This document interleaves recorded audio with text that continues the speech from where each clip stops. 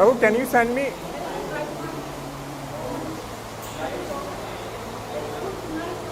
They are not here.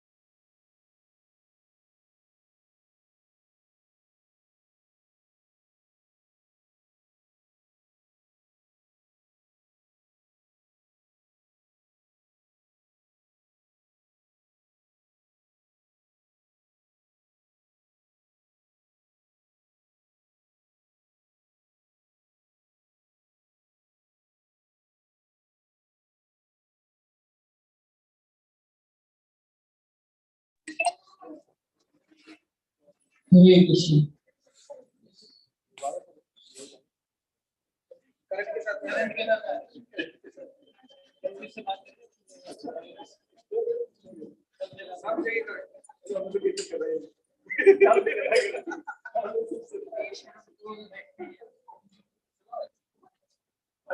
आप लोग पे कर देंगे।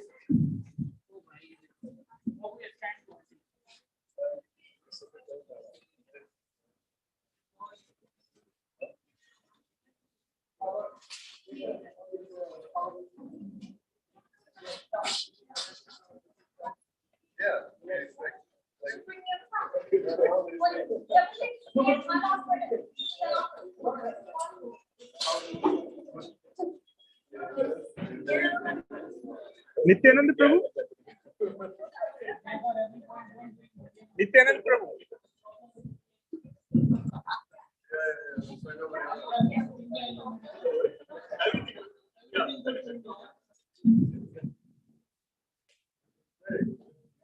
नित्यानंद प्रभु, प्रभु,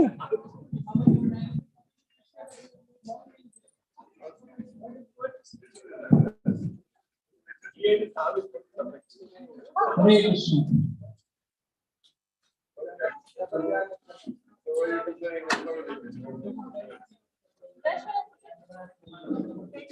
can you, your meeting needs a change of setting, because now I need to admit each one, whoever is joining. Otherwise, can you just change setting?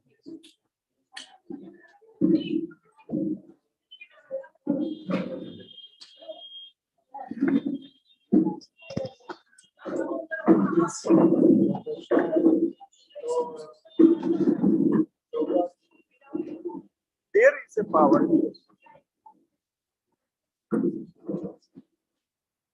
There is. This one has power. Is it coming? Power? Yeah, it's coming from there.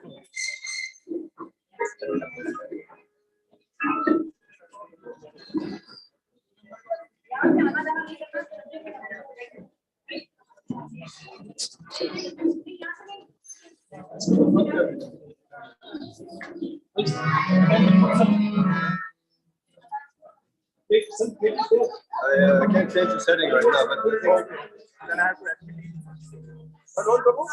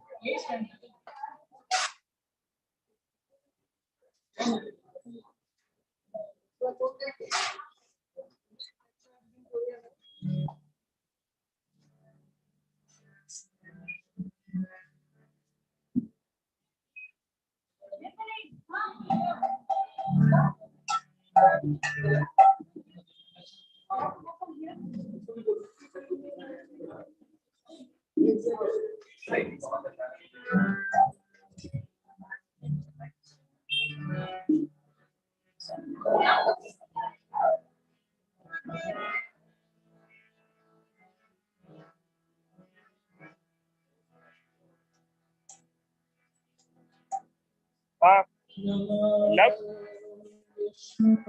love. Where's your phone? Your phone. Oh, okay. Krishna Krishna.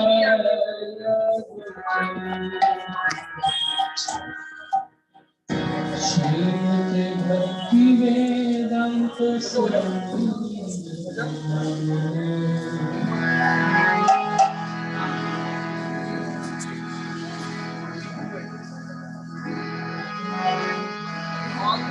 Namaste Saraswati.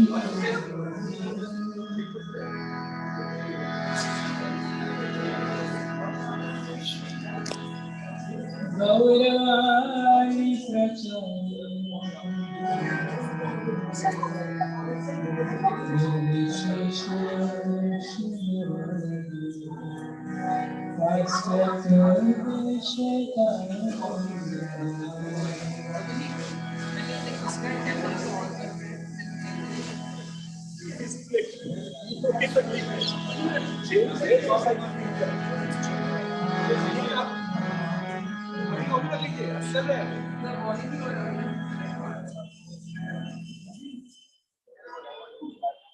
Down banana is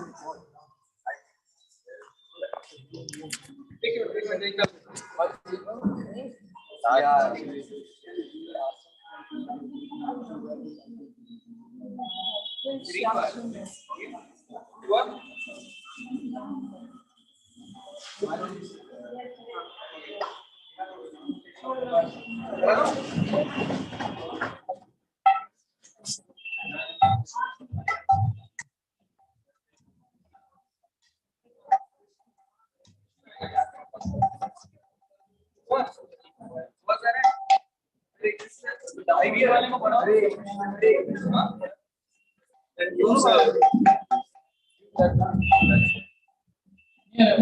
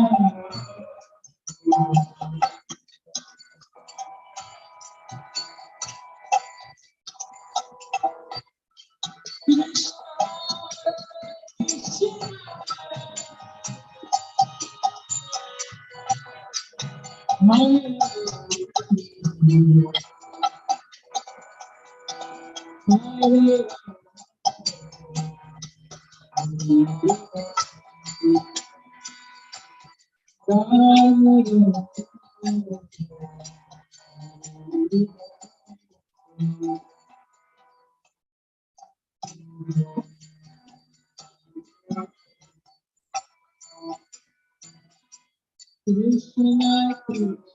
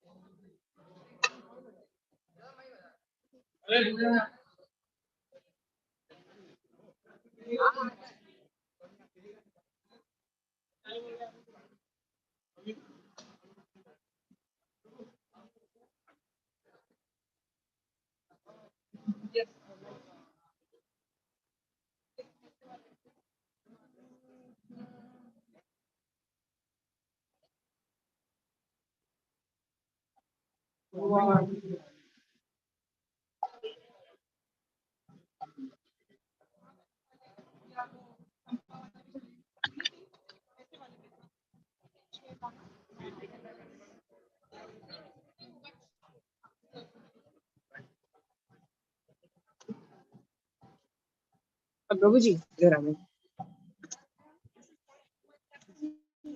नहीं इस यहाँ पे admit करना था तो अभी We need one phone downstairs. You can. oh downstairs so we have that's okay like one more item. You can use that and tripod is down.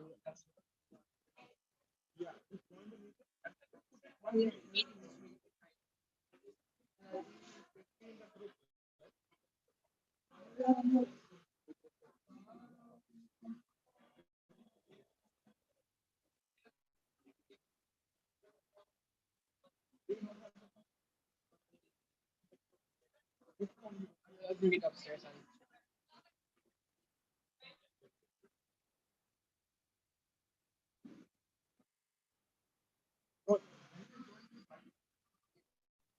I'll do that. And just put it one place properly.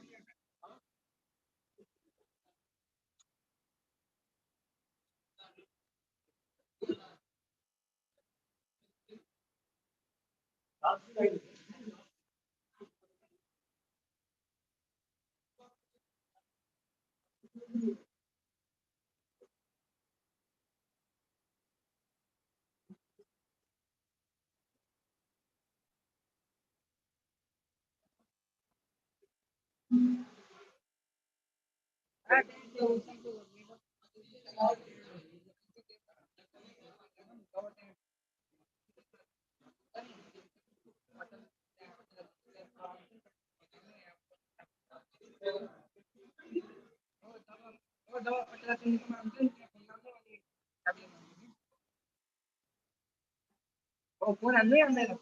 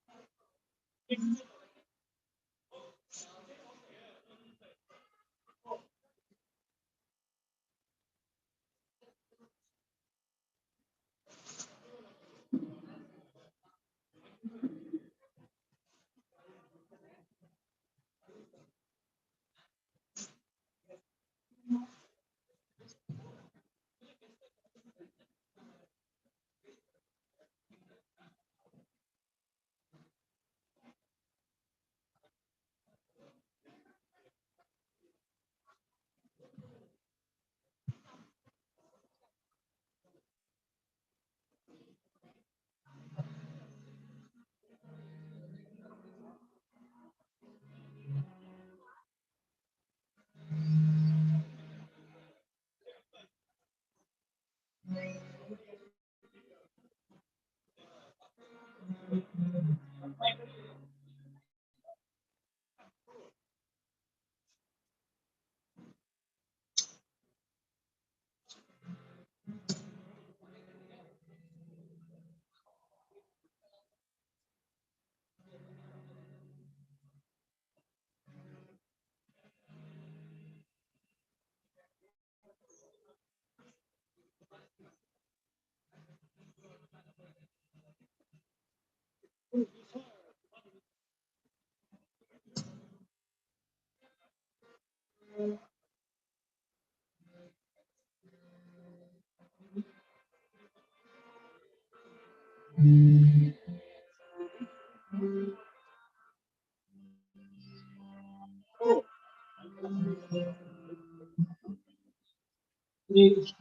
Krishna. We are experiencing some electricity. Kind request, don't touch the mics. We are getting it sorted. Please don't touch the mics.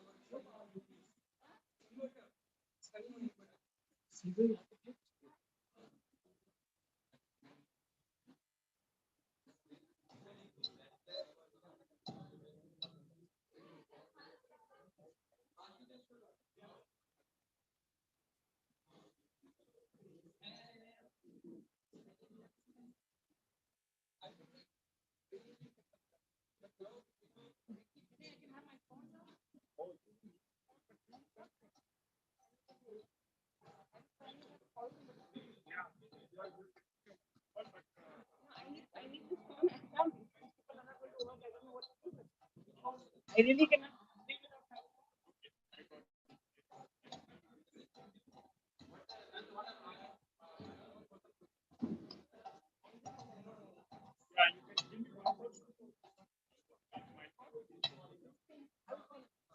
Can I take this? 5 minutes.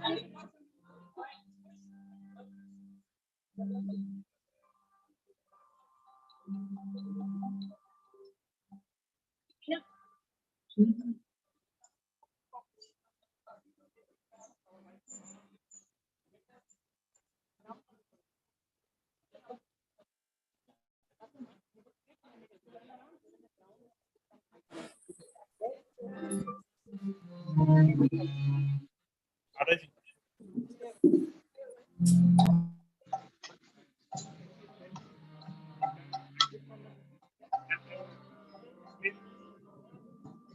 Krishna,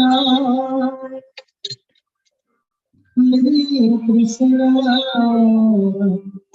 Krishna Krishna, Hare Hare.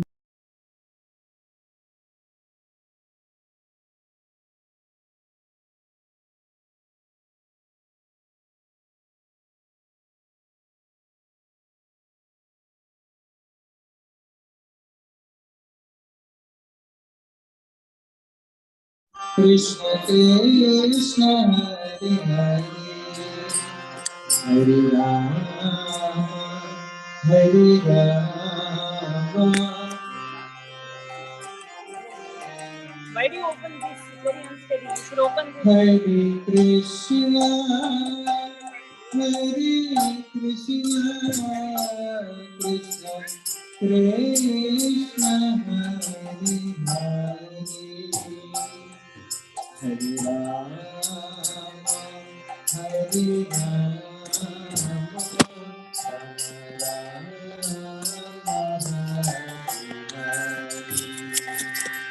Hare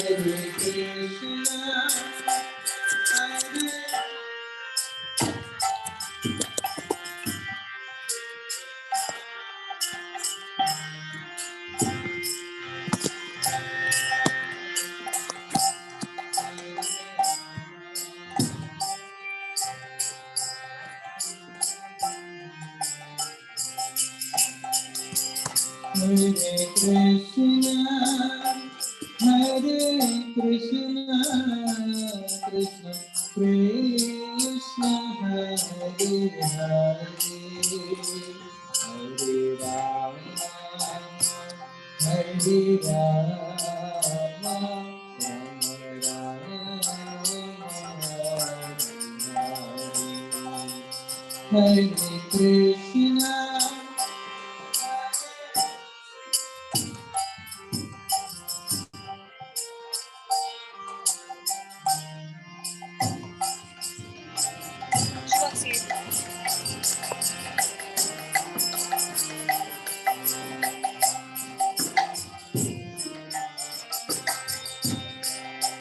Hare Hare Hare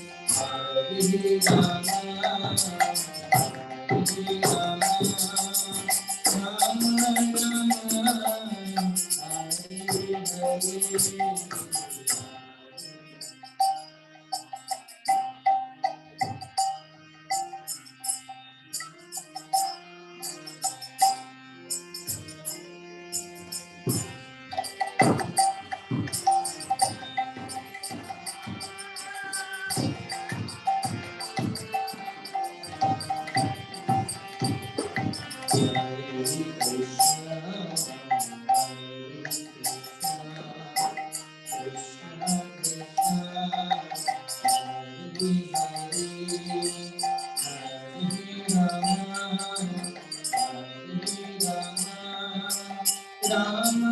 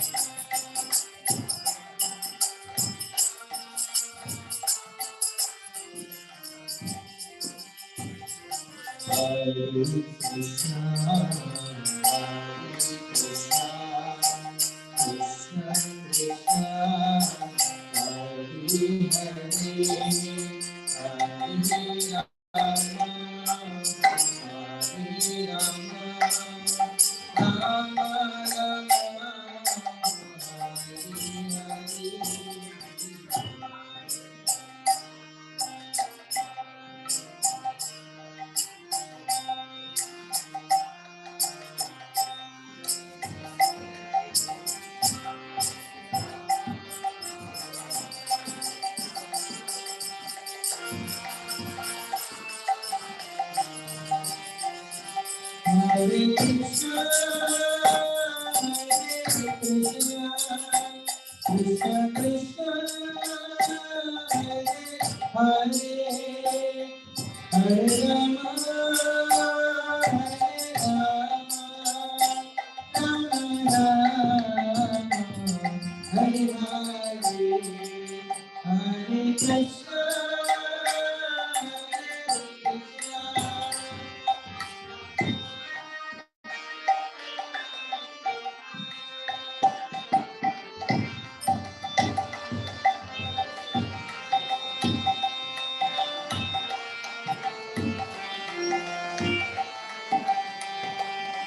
Hare Krishna, Hare Krishna, Krishna Krishna, Hare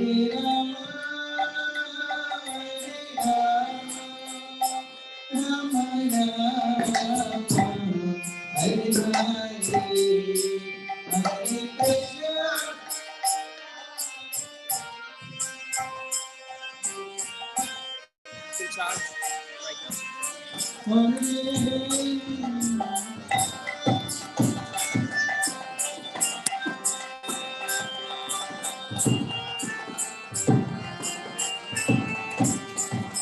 Hare Krishna, Hare Krishna, Krishna Krishna,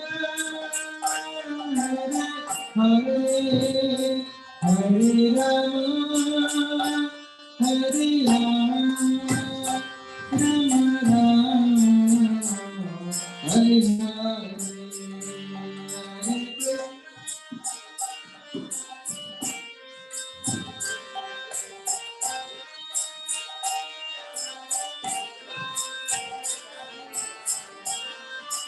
You know who will be covering? Are you will be covering and who will cover?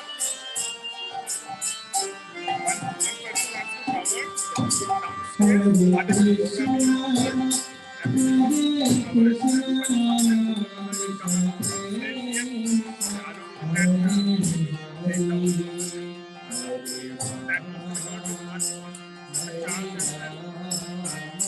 downstairs. What is the program? How much charge?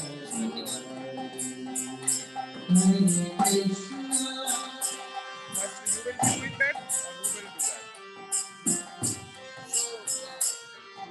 Are you on other service?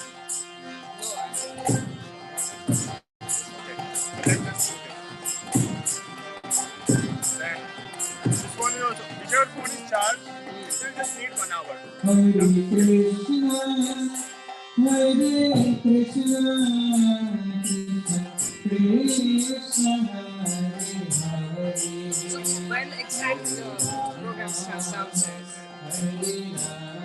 It's supposed to start at 10 downstairs, and then by 11 they are supposed to come up here, but it's already almost 11. But they're still doing kirtan there. Yeah. So and maybe they are doing the offering as well. So we need to be there. So take it, I think. Let's see.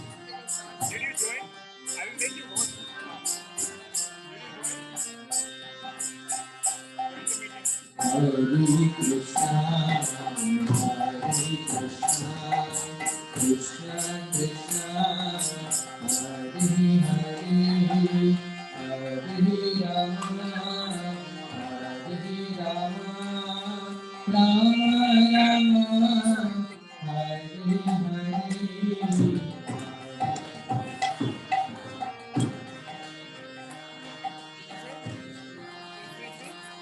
7949 49 7643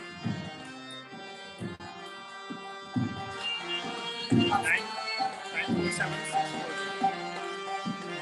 Hare Krishna, Hare Krishna, Krishna Krishna, Hare Hare, Hare Rama, Hare Rama, Rama Rama, Hare Hare.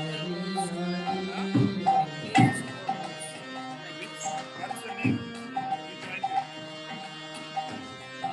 What's the name you joined with?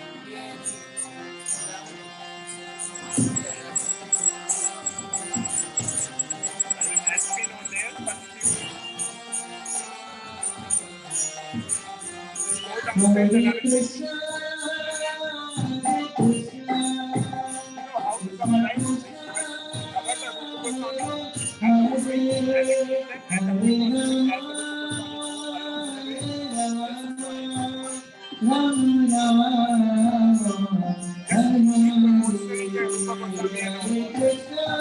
As the all the offering, flower offering, and once cover all the area as well, and the kirtan.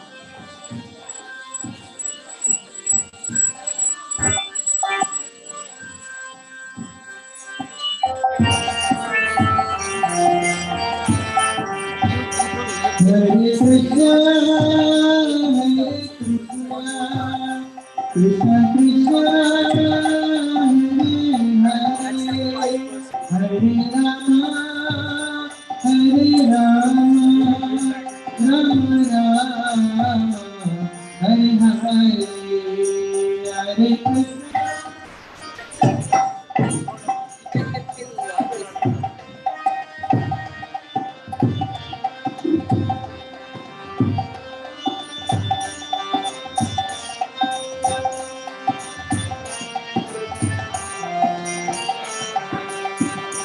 Hare Krishna,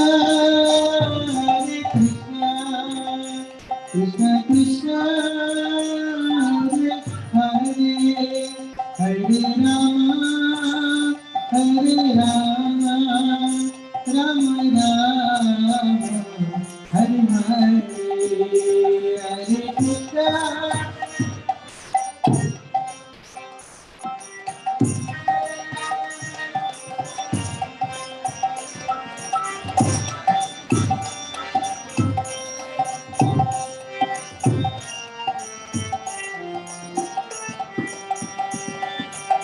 Hare Krishna, Krishna Krishna, Hare Hare, Hare Rama, Rama Rama, Hare Hare.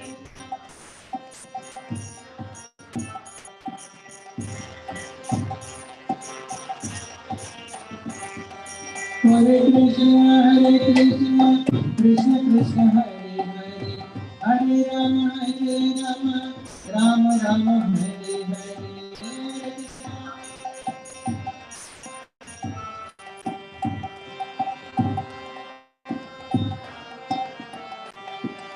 Hare Krishna, Krishna Krishna, Hare Hare, Hare Rama, Rama Rama, Hare Hare.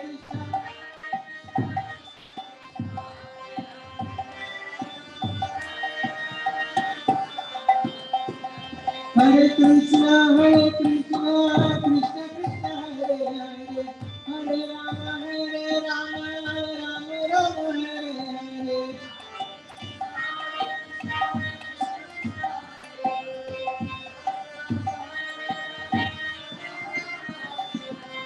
Hare Krishna, Krishna Krishna, Hare Hare, Hare Rama, Rama Rama, Hare Hare.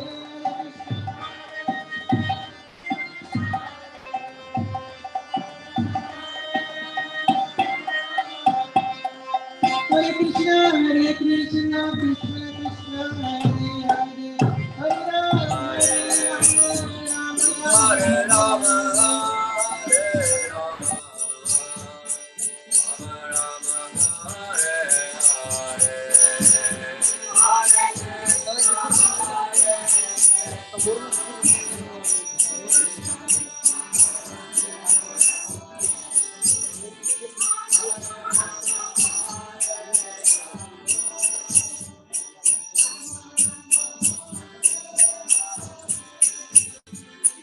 Hare Krishna,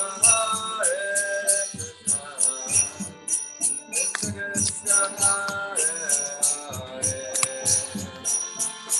Hare.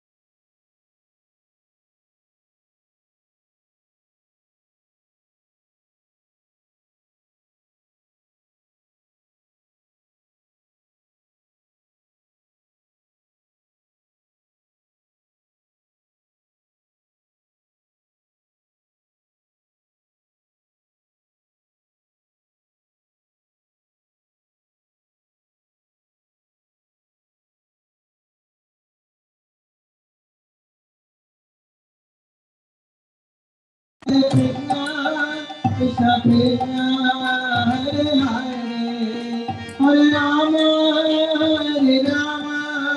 Rama Rama, Hare Hare.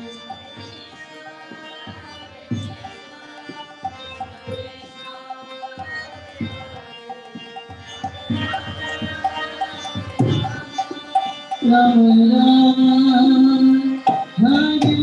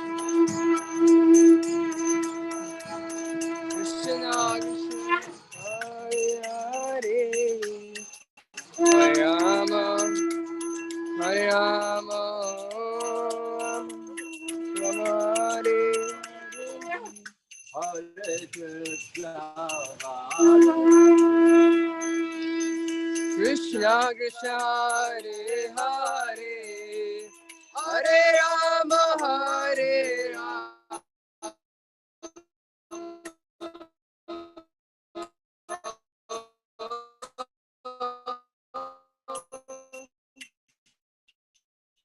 Rama Hare Krishna Hare Rama Hare Rama Rama Rama Hare Hare Hare Krishna Hare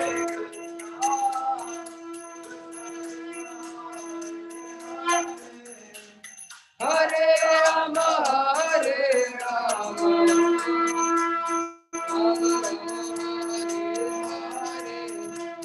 Hare Krishna Hare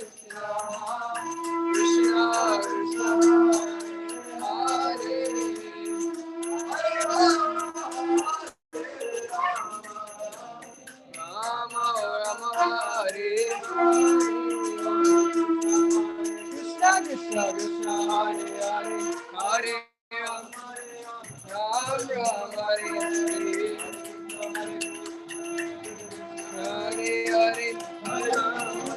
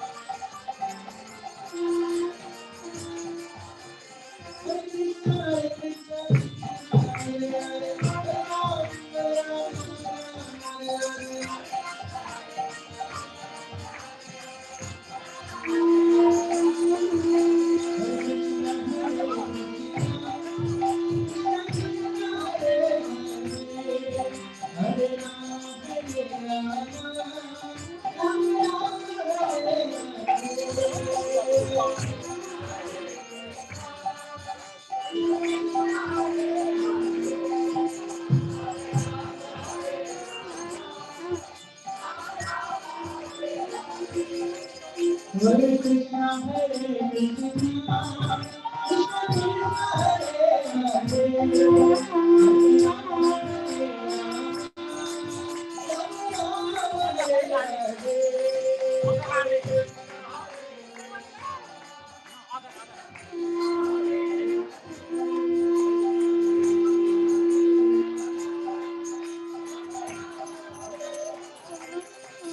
Hare Krishna, Hare Krishna, Krishna Krishna, Hare Hare, Hare Rama, Hare Hare.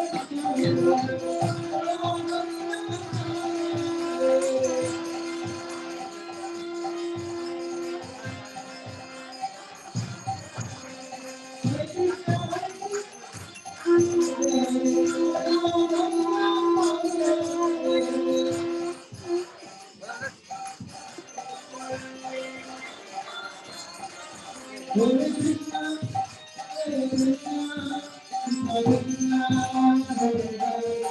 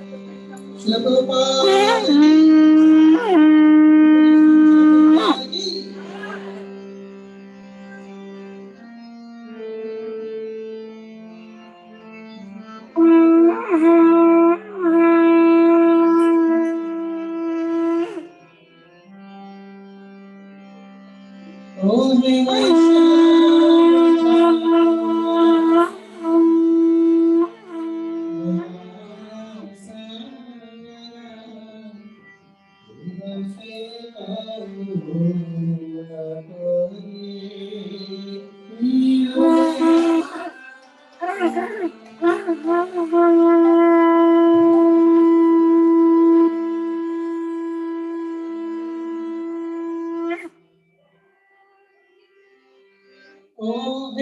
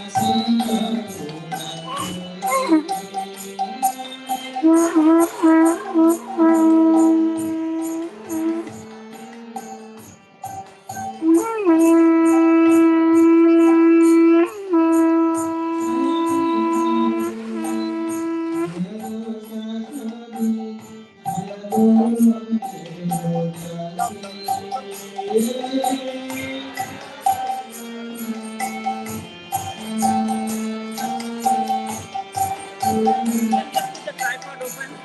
No, the battery is going down.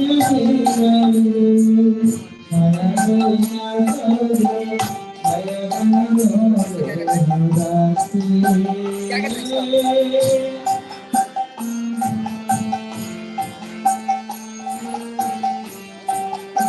अब इसका tripod लगा देना है.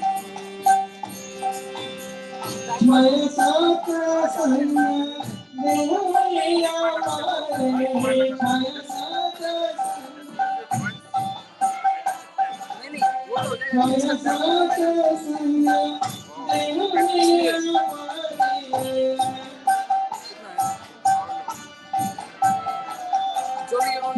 भी अच्छा दूसरा phone है दूसरा फोन है And it's fine.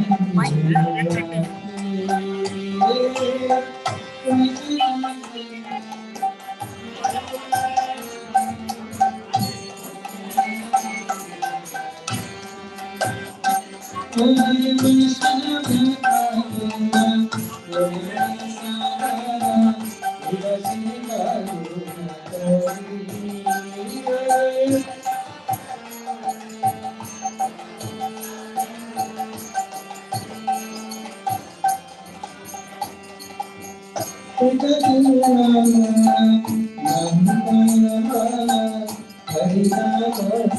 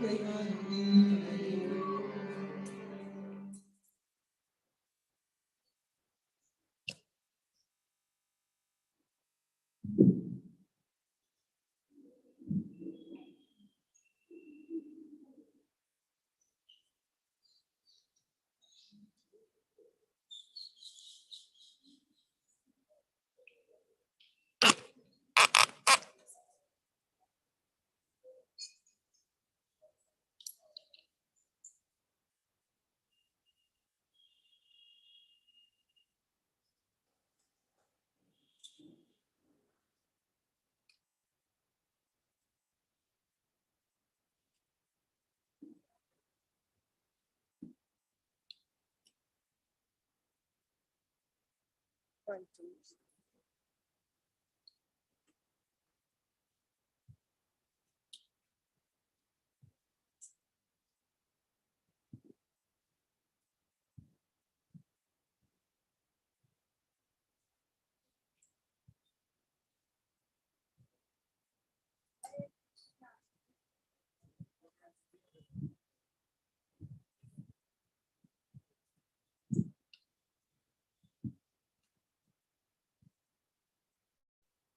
Krishna, yes.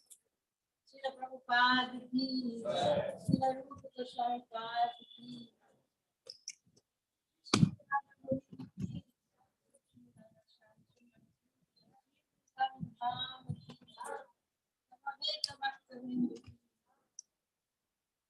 Hare Krishna to the devotees.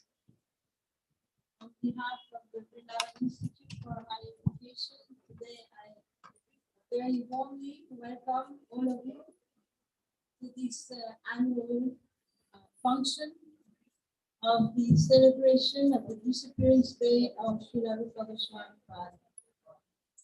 Srila Prabhupada has indicated in the preface to the Nectar of Instruction, which is Srila Prabhupada's rendition with his commentary and including the commentary of Bhaktisiddhanta Saraswati Thakur of a work by Srila Rupa Goswami entitled Sri Upadesha Amrita. So in the preface to that work, Srila Prabhupada indicates that Srila Rupa Goswami, that actually the Hare Krishna movement is conducted under the supervision of Srila Rupa Goswami. As we know, Rupa Goswami is one of the 6 Goswamis. And in the parampara that we belong to, we take, our roots come from the 6 Goswamis and particularly Sri Rupa and Sanatana. And Srila Rupa Goswami has emerged as the leader of all the 6 Goswamis. He has been recognized by the other Goswamis, including his brother, even though Srila Rupa Goswami considered his brother as his spiritual master. But at the same time, Srila Rupa Goswami is considered the leader of the 6 Goswamis. And Srila Prabhupada also gave us this mantra that we chant when we approach Rupa Goswami. Let us chant it together. Sri Chaitanya Mano Bhishtam Sthapitam Yena Bhutale Swayam Rupa Kadamayam Dadati Swapadantika. It's not exactly an offering of obeisances, but it's more a prayer. It's an appeal to Srila Rupa Goswami to give his mercy. And this verse also explains why he is such an important person, because he is Sri Chaitanya Mano Bhishtam, the one who understood the mind of Lord Chaitanya. The mind of Lord Chaitanya was very secret. He appeared like a dancing sannyasi, but the fact is that he was the Supreme Lord himself, and that too in the mood of Srimati Radharani. Now you will say, oh, we all know that. But before Srila Rupa Goswami revealed this to the world did not know that. Only the very close associates of the Lord, such as Sri Swarup Damodar, who was the secretary of Sri Chaitanya Mahaprabhu, had that understanding. So Srila Rupa Goswami received the mercy of Sri Chaitanya so that he could understand the heart of Lord Chaitanya. In the Nectar of Devotion, Srila Prabhupada explains one of the angas of bhakti, which is sakyam. And he says sakyam means, first of all, to know the heart of the Lord, to know the heart of your friend. And once you know the heart of a person, then you fulfill their desires. So Srila Rupa Goswami is that person who knows the desire of Lord Chaitanya, the plan of Lord Chaitanya, the mood of Lord Chaitanya, and who is distributing the science, the method of bhakti, of pure devotional service, imbued with the color of conjugal love, a beautiful, loving relationship with the Lord. So he is distributing that on behalf of Sri Chaitanya Mahaprabhu. So welcome to all. And first of all, I would like to welcome our teachers and speakers who have very much honored us today by being here. We would like to first welcome His Grace Dinabandhu Prabhu.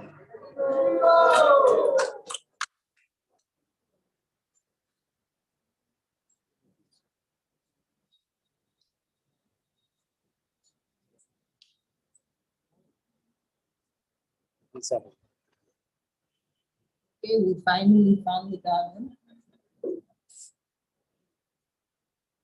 Dinabandhu Prabhu ki jai.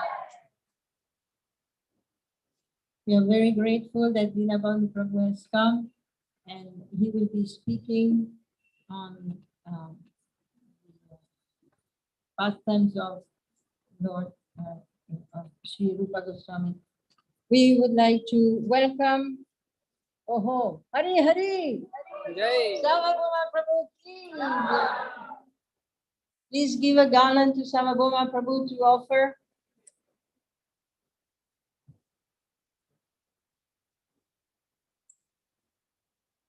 While we are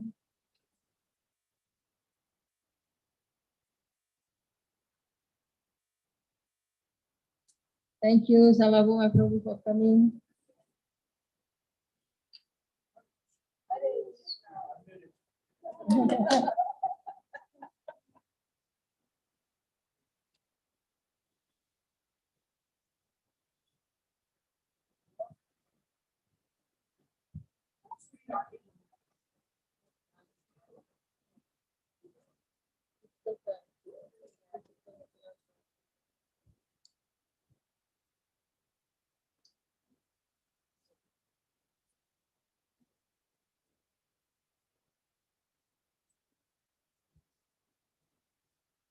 Okay, while Prabhu is offering,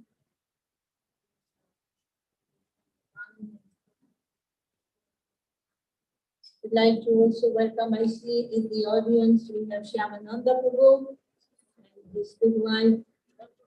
We have Gaurasundar Prabhu, one of our teachers.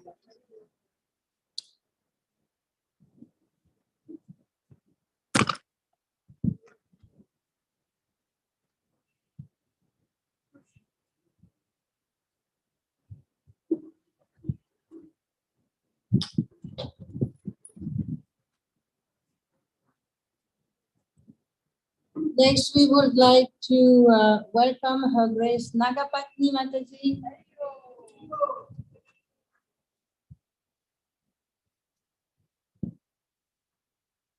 Hare Krishna, Srila Prabhupada. And we welcome Her Grace Anuradha Mataji.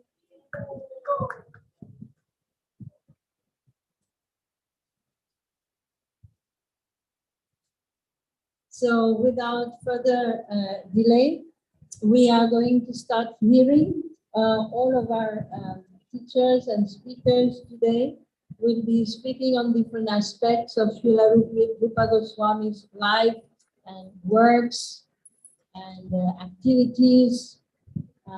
We will be receiving Mukundadat Prabhu, 2 Mukundadats today. We have double. Mukundadat Prabhu, Srila Prabhupada disciple, and we will be receiving Mukundadat Prabhu, the head pujari of Krishna Balaram Temple. And if we are fortunate, we'll also have be visited by our double president, His Grace Panchagora Prabhu. So let us start.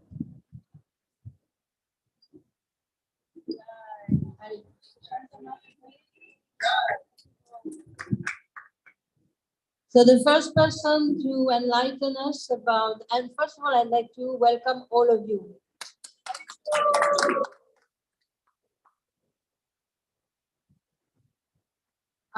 The first person to speak will be Her Grace Nagapati Mataji. She will speak of the life of Sri Rupa Goswami, particularly the early days of his life. So we give the microphone to her. Navki Shuruna.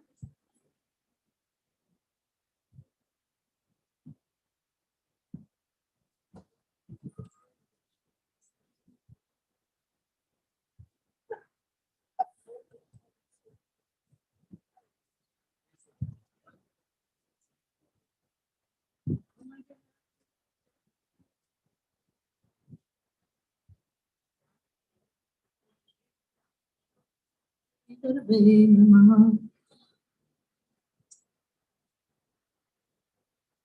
the 1400s, South India, there was a elevated Brahminical caste named Saraswati. And in this caste, there was a wealthy Brahmana who had two sons. When he passed, he gave all his wealth to his two sons. However, one of the sons stole everything from the other. There was this huge problem. So he moved. He moved up to the East Bengal area in the district of Jessore.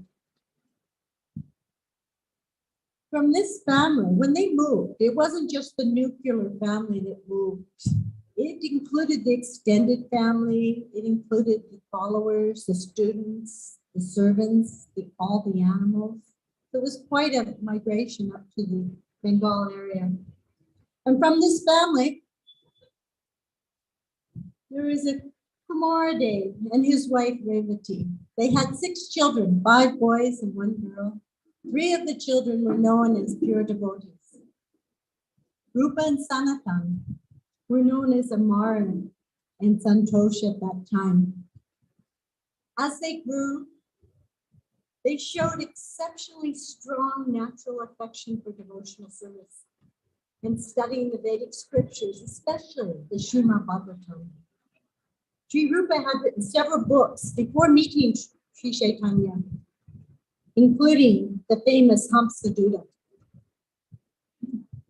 As they were reaching the prime of their lives, a Muslim ruler named Nawab Hussain Shah became aware of them. It said that he had a mystic who lived in his court, and the mystic advised him, if you get these 2 boys into government service, you will become even more wealthy and even more powerful. The Nawab, he also noticed how much the common people adored the 2 boys. They were so affectionate and so grateful for them. In the Bhakti Ratnakara, it says he offered them a position.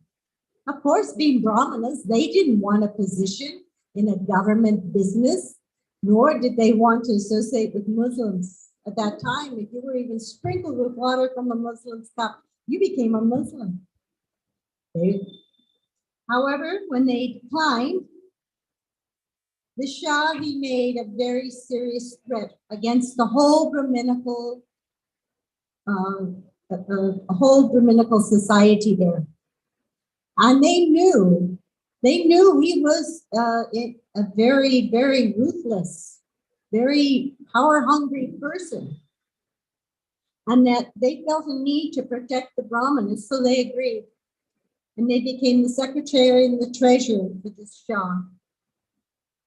And they also became known as Dabir Khas and Sakar Malik. The Shah was very pleased with them because he became extremely wealthy and extremely powerful. So he bestowed upon them lots of riches. And they lived a very opulent life. They built a compound in Ramakeli. It was compared to the court of Indra. There had so many people coming and going. Of course, they didn't change their devotional lives. Instead, they built little cottages on their property to invite many Brahmanas to come and discuss Srimad Bhagavatam. They also built a Gupta Vrindavan, a hidden Vrindavan, complete with Shamakund and Radhakund. and they discussed and read the pastimes of Lord Krishna. In this way, they sought to alleviate their sentence of government employment. They became proficient in Sanskrit, Arabic, Persian, and other local dialects. They studied Sanskrit under the brother of Sarvabhauma Bhattacharya, Sarvananda Vidya Rashtrapati. Having heard of the glories of Sri Chaitanya, Sri Rupa wrote a letter begging for his darshan. In his reply, Mahaprabhu sent an unusual reply. He said, as a woman who is attached to another man makes a show of being devoted to her husband, so you should, while being internally attached to the lotus feet of Sri Krishna, externally make a show of being engaged in your worldly duties. Krishna will bestow his mercy upon you very soon. And so soon, Lord Chaitanya decided to go to Vrindavan. However, he stopped at Ramakeli. He actually never made it to Vrindavan that trip, but he specifically went to Ramakeli to meet Gabir Khas and Sakar Malik. But this time, he was accompanied by thousands of followers chanting and dancing in ecstasy. The boys made a plan. They didn't want to make a scene because they were Muslim officials. So they made a plan to meet Lord Chaitanya in the middle of the night. And they went there and they first met Lord Nityananda and Haridas Thakur, who immediately let Lord Chaitanya know they arrived. Lord Chaitanya was overjoyed upon seeing his two eternal associates, and in turn, they were overjoyed to see him. As a symbol of humility, both of them put straw in their teeth and placed them, and falling at the feet of Sri Chaitanya, they cried boundless tears of joy. They were finally reunited with their dear sweet Lord, and they knew that he would now put an end to their predicament with his son Sham. Getting up from the ground, Abir and Sakara and their younger brother Balaba was there, offered sincere prayers to Sri Chaitanya. All glories to Sri Krishna Chaitanya. You are the most merciful savior of fallen souls. All glories to you, the supreme personality of Godhead. We belong to the lowest of castes. Our association and employment is of the lowest type. Therefore, we feel it strange and awkward that we approach you. We are ashamed, for you are so pure, dear Lord. Let us assure you that no one is more sinful than ourselves. No one is a greater offender. And since you specifically incarnated to deliver the fallen souls, please consider that there are none so fallen as the two of us, for we are worse than Jagai and Madai. And in this way, they humbly presented themselves. And Lord Chaitanya,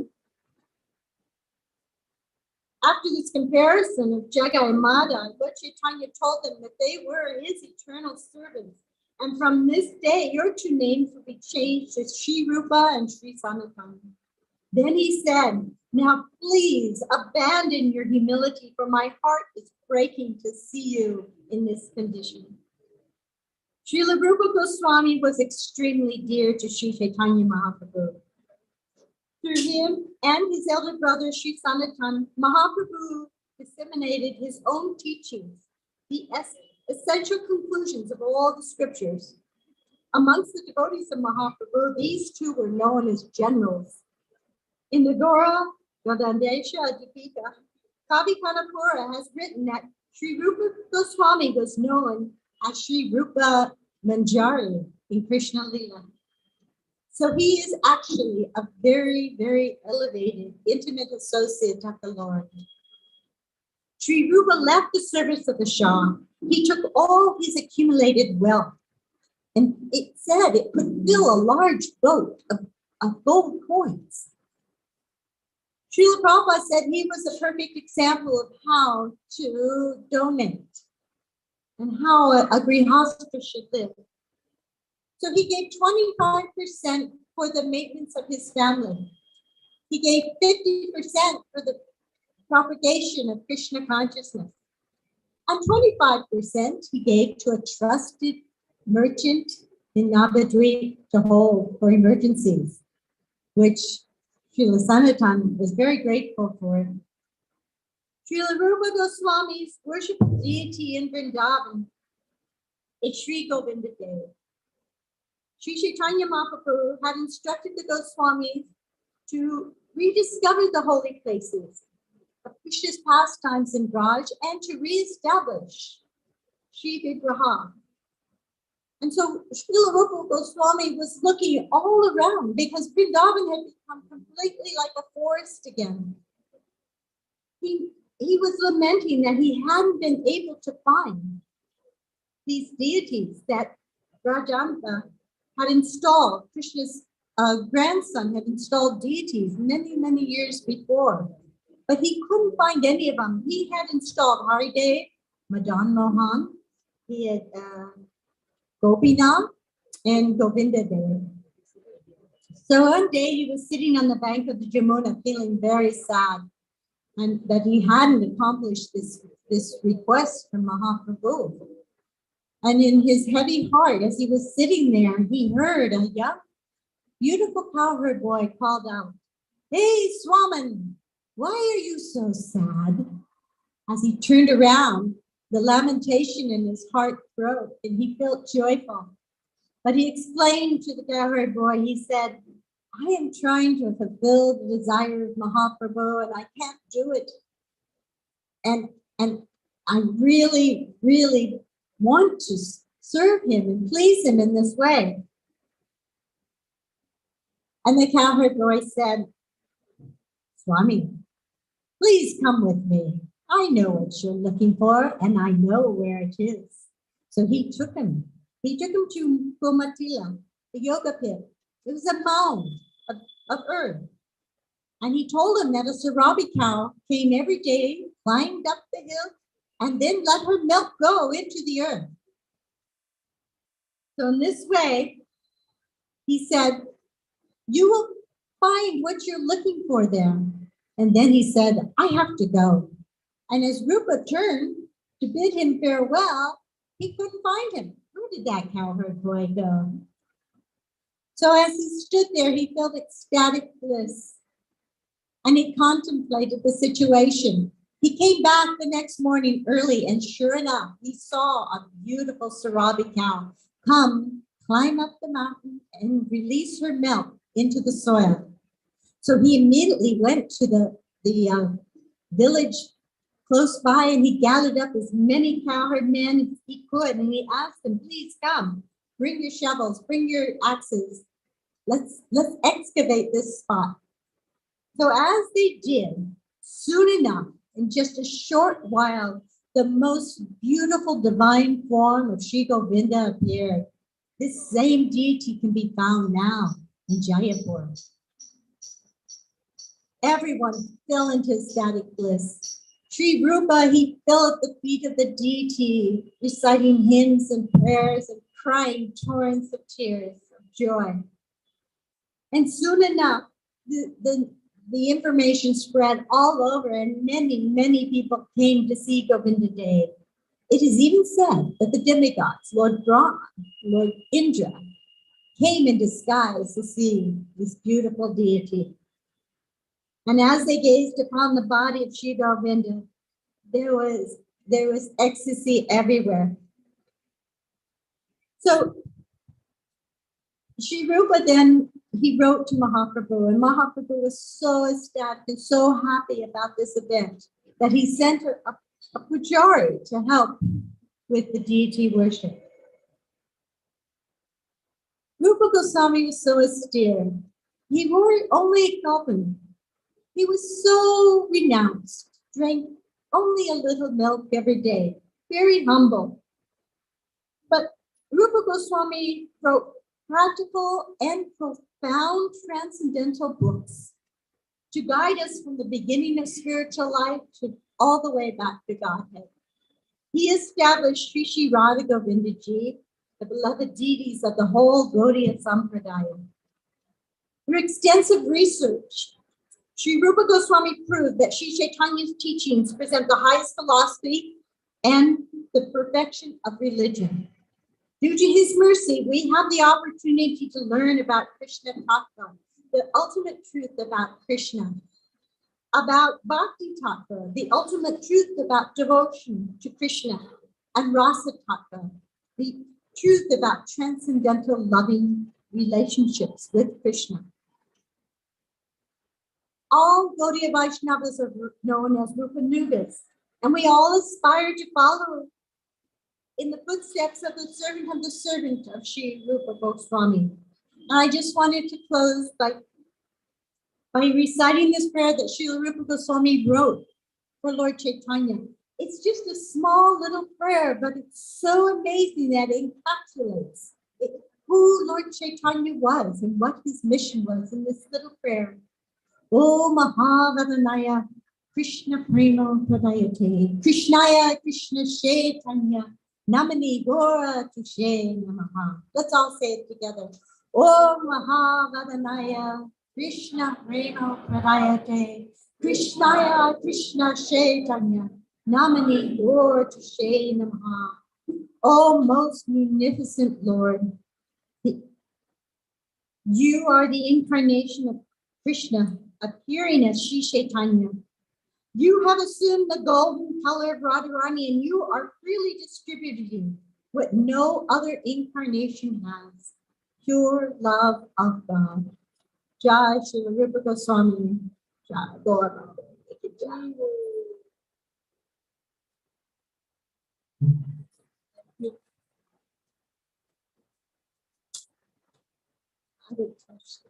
Thank you very much, Nagapati Mataji. So we got an overview of a lot of the pastimes of Srila Rupa Goswami. That gives us an idea of the importance that he holds in our Sampradaya. Next, we are going to hear from Her Grace Anuradha. Anuradha.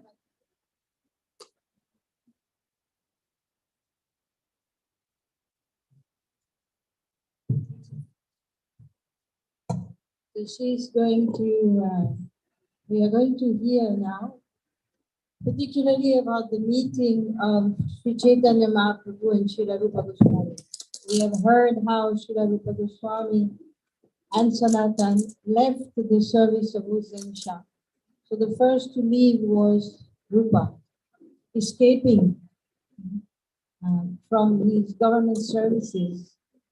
And he met Sri Chaitanya Mahaprabhu in a place which is known today as Allahabad, otherwise known traditionally as Prayag. Prayagraj, the king of all confluences, where the Ganga, Yamuna, and the Saraswati River meet. So at this place, in the beautiful temple of Bindu Madhav on the banks of the river, both of them met, and Sri Chaitanya Mahaprabhu delivered his teachings to Rupa for about 10 days. Let us hear. Thank you, Prashanta. Hare Krishna. So I would like to give an overview because it's a limited time. So it's just a summary overview of the 19th chapter of Madhya Lila of Chaitanya Charitamrita, where the teachings of Rupa Goswami are elaborated, which we are studying here in the Bhakti Shastri course as Nectar of Devotion or Bhakti Rasamrita Sindhu. So as Nagapatni Mataji just said, it is explained that Chaitanya Mahaprabhu taught Rupa Goswami the ultimate limit of the truth of Krishna. Who is Krishna? The truth of devotional service. What is our connection through devotional service to Krishna? About rasa, rasa tattva, and the ultimate highest stage of rasa, namely Madhurya rasa of Radha and Krishna, and the ultimate conclusion of the Srimad Bhagavatam. So at the beginning of this chapter, this explained just as at the beginning of creation, Lord Vishnu entered the heart of Brahmaji to empower him. Similarly, Chaitanya Mahaprabhu entered the heart of Rupa Goswami and empowered him to ascertain properly the conclusion of all these truths. Because the Lord's sweet pastimes, especially Bhakti Rasa, was lost. So Chaitanya Mahaprabhu gave this service to Rupa Goswami to create temples, to find the lost dhams in Vrindavan, to write Shastra, and to teach Vaishnava etiquette. It was the Lord's desire to flood the world with love of God, especially the love as found in Braj. Being the embodiment of the transcendental qualities of Lord Chaitanya, he's known as Rupa Goswami. And Lord Chaitanya was very affectionate to him because of these wonderful qualities that he displayed, especially this quality of humility. So Rupa Goswami is also known as the embodiment of Sri Chaitanya Mahaprabhu's ecstatic love. He's always humble. He had no fixed residence. He'd spend 22 hours out of the day, in just doing his services, and maybe 1 or 1.5 hours for resting, bathing, and eating, like that. Very amazing daily schedule he had, primarily occupying himself in writing the Bhakti Rasa Shastras. So as Mataji was just saying, Lord Chaitanya taught him for 10 days in Prayag the intricate details of bhakti. Chaitanya Mahaprabhu explained to him that actually bhakti is like a vast ocean. There's no end. There's no bottom. It's endless. But I will just give you a drop. And he actually allowed Rupa Goswami to taste this drop of the ocean of rasa so that he wouldn't just theoretically understand, but he experienced it. So what are the various points of tattva? As Mataji was saying, there's Krishna tattva, there's Bhakti tattva, and there's Rasa tattva. So we'll speak a little, first it's spoken on these points, and then the second part speaks about Rasa, or the sweet loving mellows of devotional service. So Chaitanya Mahaprabhu explained, there are millions of universes, upon millions of universes, and in all of these universes are unlimited, innumerable living beings. And he lists, the 8,400,000 species of life. Out of those 8,400,000, 400 belong to the human, 400 are the human species. And they're gradated according to their consciousness, their level of consciousness. We know there's Avrita Chetana, or covered consciousness. There's Sankuchita Chetana, or shrunken consciousness. Mukulita Chetana, budding consciousness. Vikachita Chetana, blossoming consciousness. And Purna Vikachita Chetana, fully blossomed consciousness. So the aquatics and plants and insects and birds and animals, they come under the covered and shrunken levels of consciousness. And human consciousness only begins with Mukhalita Chetana, or budding consciousness. And it's so, Chaitanya Mahaprabhu explains how rare it is to come this human form of life, how the jiva moves through the Brahmandas up and down. And he quotes Srimad Bhagavatam, Ladva Sujulobam Idam Bahu Sambhavante. How this human birth is very rarely achieved, and that Krishna consciousness is only possible in the human form. So we need to take good care to cultivate our Krishna consciousness. He explains how the size of the jiva is only 1/10,000th the size of the tip of the hair. Chitkana, it's just a particle of spirit, but it's individual. It's an individual entity. So, and the ultimate goal of this rarely achieved human form is to achieve prema, Krishna prema. He explains how in the human form, some are uncultured, like the Mlechas, the Pulindas. Then there are those who are cultured, they appreciate the Vedas, they can understand the Vedic teachings. Is the only way to get out of this material world. It takes so many births, and it is not possible. Almost it's not possible. That's why we are called as Nityabandha.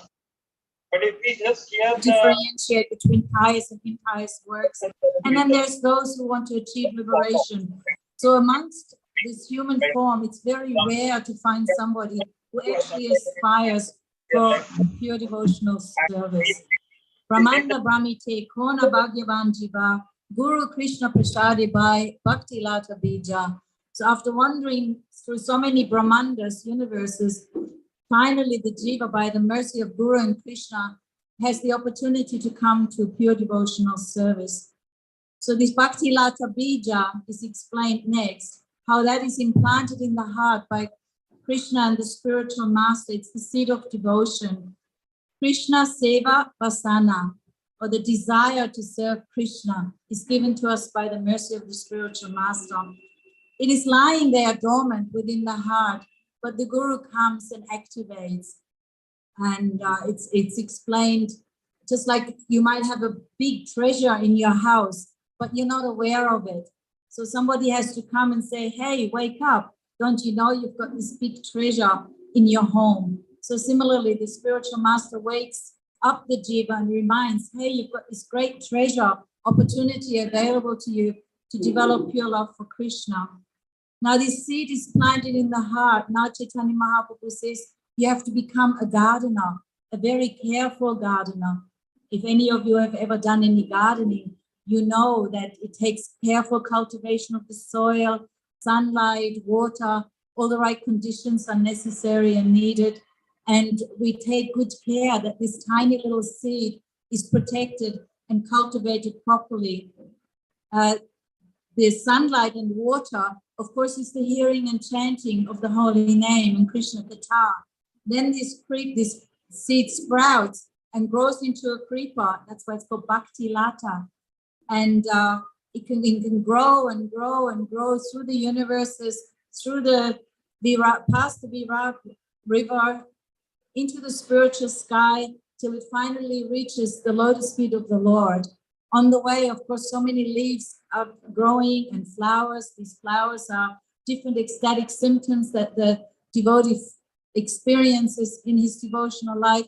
And eventually, the creeper produces a beautiful fruit, which rests at the lotus feet of the Lord. And this is the fruit of Krishna Prema. Now, Krishna takes notice of his pure devotee endeavoring and calling out to him from the material world. He helps along the way, and the fruit ripens at his lotus feet. And when this fruit of love of God has reached its full ripeness, then Chaitanya Mahaprabhu explains that fruit actually falls into the mouth of the sadhaka, and he can now taste love of God, pure Krishna Prema. And then again, with the help of that creeper that he's been cultivating, he finally and ultimately reaches his eternal service at Krishna's lotus feet. So this fruit or this prema needs very careful cultivation. The tasting of this fruit is called prema rasa, or the mellow of devotional service. So is this process very simple? Yes, it's a very simple process, but it's not easy. Why? Because like in any garden, we have to be sure that no wild animals enter, especially those animals that can destroy the garden. And so Chaitanya Mahaprabhu explains what is the worst type of intruder in the garden of devotion, and that is Vaishnav Aparad. Vaishnav Aparad is compared to a hati, an elephant. Hati mata offense, because when a mad elephant, he's most dangerous. He enters your garden, everything will be destroyed, completely crushed. It will destroy the creeper of devotion. So this Vaishnav Aparad is the most dangerous to our Bhakti Lata. Now, he also explains when the plant grows, unwanted creepers can come up, weeds, you know. I used to have a big garden and I know it, and it used to astonish me that you put a seed and you carefully nurture this little seed to sprout through the soil, and ironically, even right next to it, a weed will come up, and this weed will look almost exactly the same as the original plant. And if you're a gardener, even sometimes you can be confused, which is the original plant and which one is the weed. But the weed, Chaitanya Mahaprabhu explains, needs to be cut down immediately.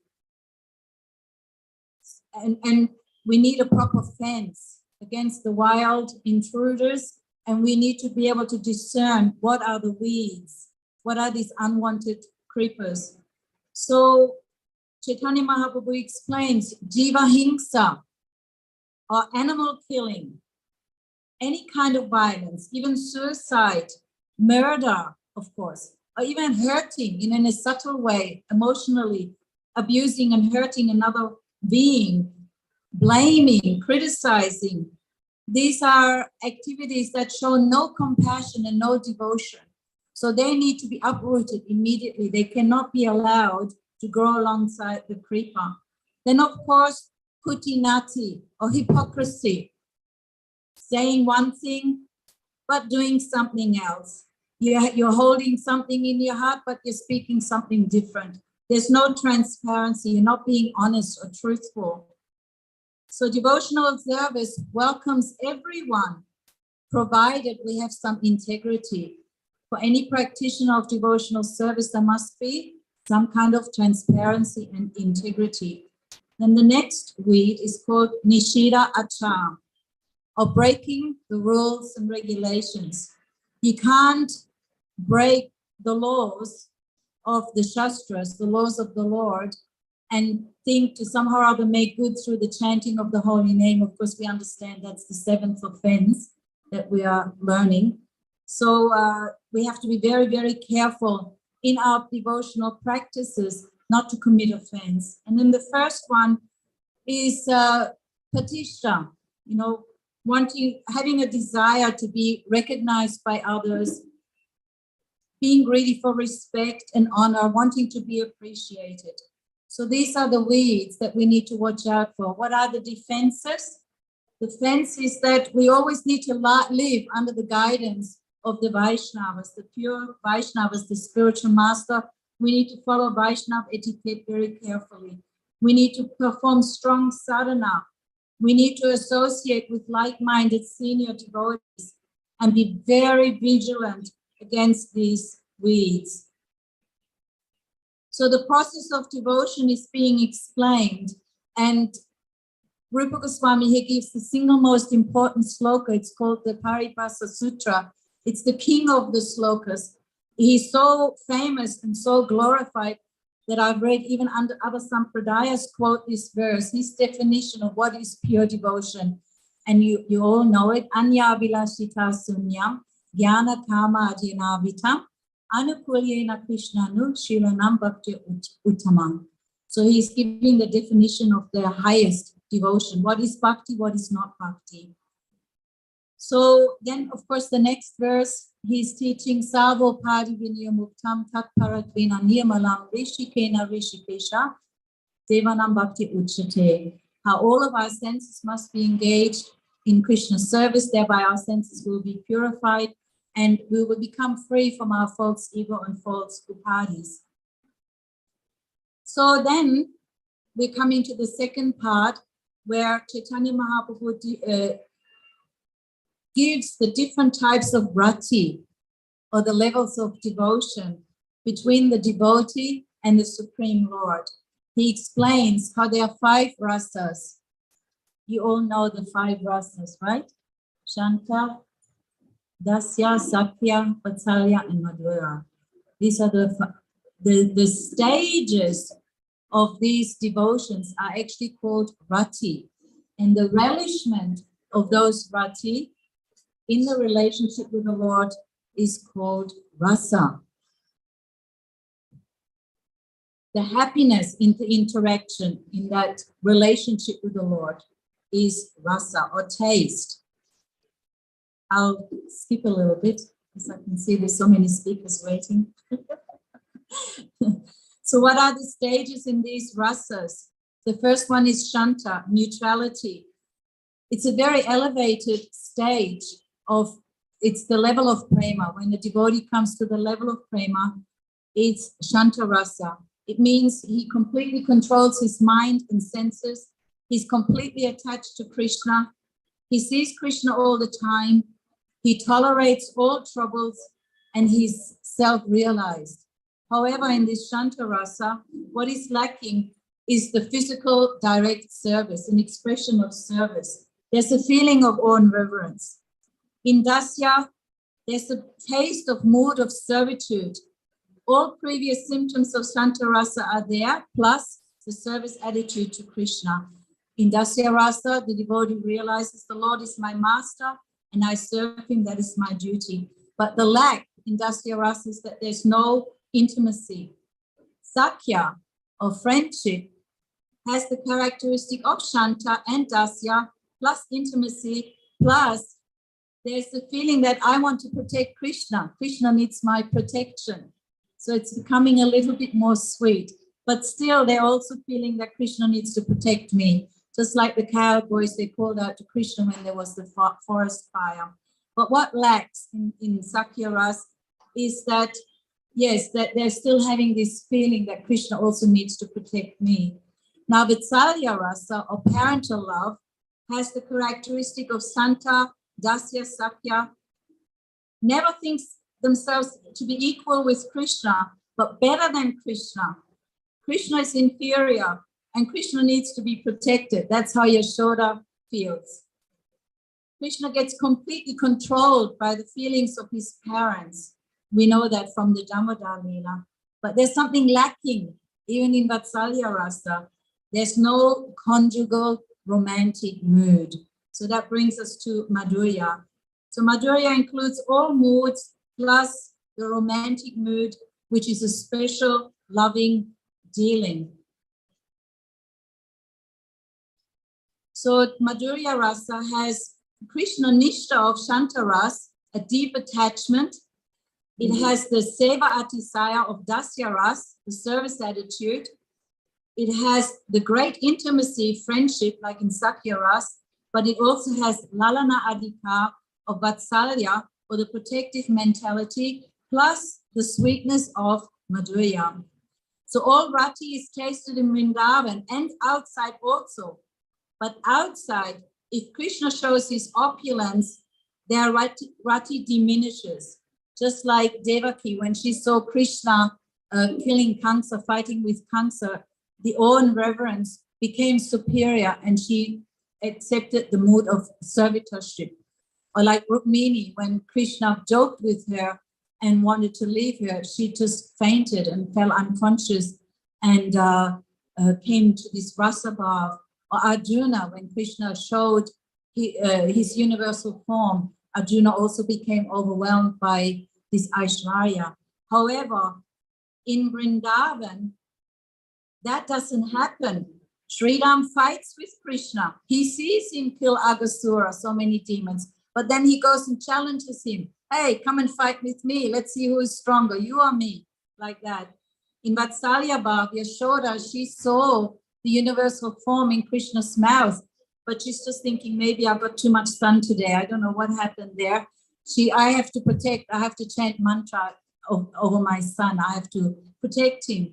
And in Madhurya Rasa, Krishna leaves, the Radharani sees Krishna's opulence in the Rasa Leela, and he leaves with Radharani, but she's not thinking of him as in opulence, in Aishwarya. She just actually thinks, I'm tired now. Can you please carry me? So the Madhurya Bhav always predominates. So the path of devotion doesn't start at this point or ends at that point. It is an ocean without an oceanic bed.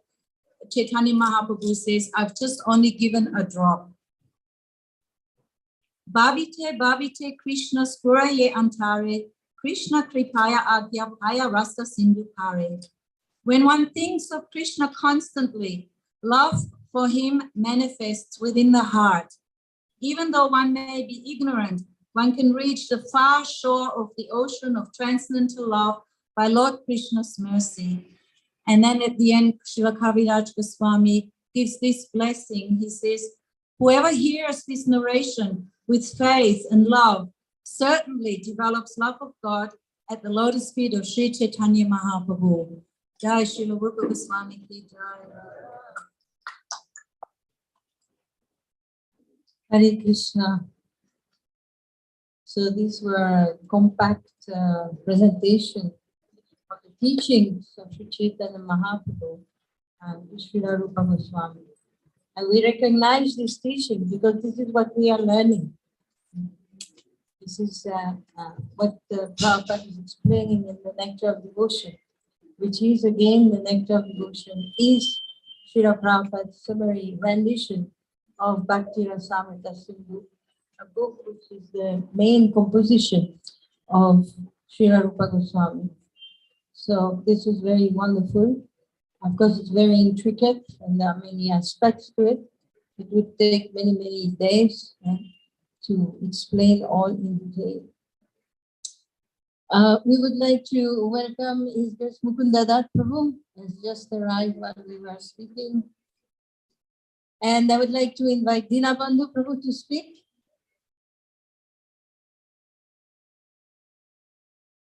Dinabandhu Prabhu will again take us to the Chaitanya Charitamrita and the connection of Chaitanya Charitamrita and Rupa Goswami.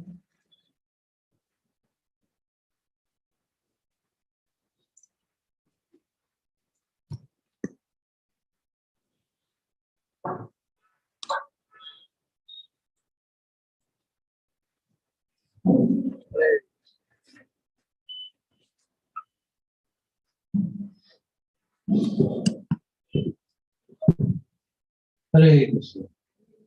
Om Ajnana Timirandasya Gyanandjana Shalakaya Chaksuru Militam Yena Tasmai Shri Gurave Namaha. Shri Chaitanya Manobhistam Sthapitam Yena Bhutale Sayam Rupa Kadayam Jagati Swatanandikam.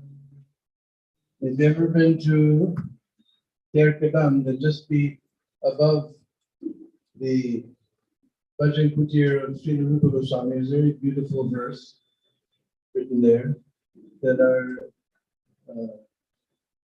Krishnadas Babaji, Mukherjee Krishnadas Babaji always used to chant. Adadanastanandandai Ridam Yache Punat Punat Srimad Rupa Kadambujo Dudisyam Janmajandani. Adadanastanandandai. Dant we know is tooth. And trin we know from Trinarati. Taking a grasp between my teeth. Yacha needs to beg. We're going to get so many. So I'm begging again and again. Puna puna. Other than the Srimad Rupa Kadam Bujo. That those had ambuja, those lotus feet, not just the feet, he says, Duni, that I just want to get the dust of the lotus feet of Rupa Goswami, Janma Janma, birth after birth. Jaya Sri Krishna Chaitanya Prabhu Nityananda Sri Advaita Gadadhar Sri Gaur Bhaktivinoda. Hare Krishna, Krishna Krishna, Hare Hare, Hare Rama, Hare Rama.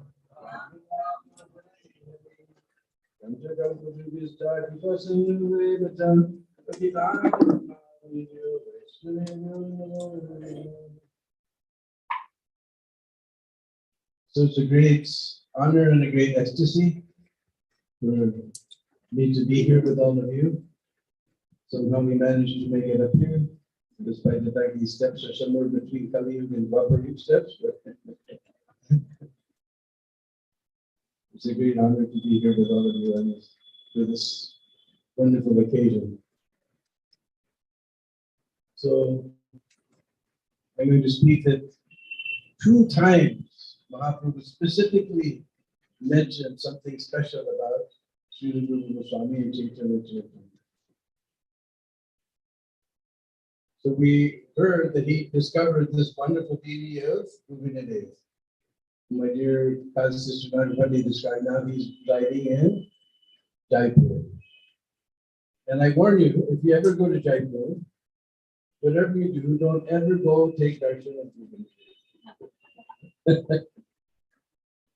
As you see my body somehow or other flapping in front of you, but still my heart is still at the lotus feet of Guru. If you go there, you will get the same problem. I cannot take my heart back from those lotus. So somehow my body is flapping here, but heart is still there. So anyway, sometimes Rupa Goswami was staying in Puri, but he never entered the Jagannath temple. Just like some of us are also not able to enter the Jagannath temple, so we shouldn't feel bad. We have very good company. Haridas Thakur never entered, Rupa Goswami never entered, Sanatana Goswami never entered. They considered that since Hindu society was very rigid in those times, they were taking service under the Muslim ruler, that they were no longer in Hindu society. So he resided near Siddhapur in Little Thatch Hut. Because from there you can see the chakra. Seeing the chakra is good to see Lord Jagannath himself. So we know that every year Mahaprabhu used to take part in the Rath Yatra festival. So one time, Rath Yatra festival, he was dancing in front of Lord Jagannath in ecstatic love.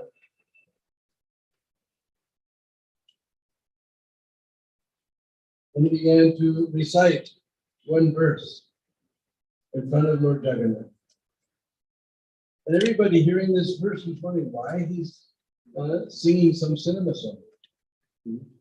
This verse is about some young girl who's meeting her old lover and remembering all their pastimes together, but she's not happy here. She wants to go to the Reva River, and she's lamenting. Everybody was puzzled. Sri Damodar, he heard this verse, he immediately understood. Rupa Goswami, he also heard this verse. He put it in his, wondered around his heart, and then he also understood.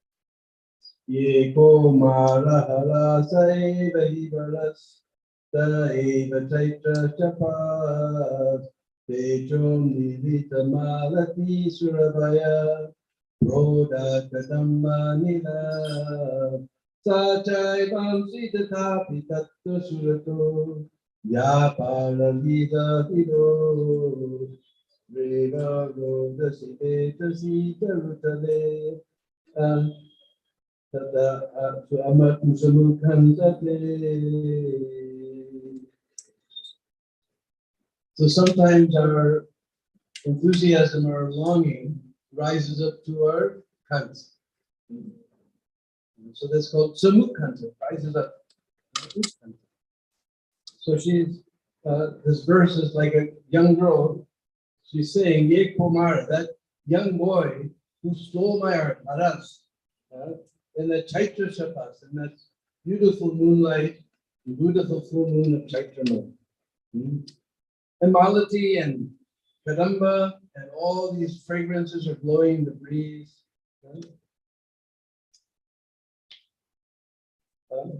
But here in this place, I'm not happy. I want to be there. Yaparali, so many wonderful pastimes we had in a small place by the side of the Vedasi, by the Reva River underneath the Vedasi tree. I just long, it's a good country. I'm longing to be there. So Rupa Goswami, he went back to his bhajan kutir and he wrote an answer to this, explaining this verse. So he wrote it on the palm leaf. So you go down on the street to the Vrindavan Sodh Center, Vrindavan Research Institute, you can see the writing of the Goswamis there. Rupa Goswami is described, his writing was like streams of pearls. So naturally, and Mahaprabhu, although he never went, Rupa Goswami never went to the temple to visit Lord Jagannath. Lord Jagannath in the form of Mahaprabhu used to come and visit him. So he came there and they saw that Rupa Goswami wasn't there. But this beautiful pearl-like handwriting was there on this palm leaf. Mahaprabhu touched this palm leaf. He looked at it, and then he was struck. And he was with Sri Damodar. He said, Sri Damodar, look at this verse. And Sri Damodar read this verse. And just at that moment, Rupa Goswami came from taking his bath, and he bowed down and Mahaprabhu slapped him on the back. And he said to Sri Damodar, how this Rupa has understood my heart. And Sri Damodar said, unless you've given your mercy, it's not possible. And he says, yes, I met this Rupa at Prayag, you just heard from Radha Mataji. And seeing him a fit candidate, I have given him my entire transcendental mercy. First time Mahaprabhu mentioned, I've given him all my transcendental mercy.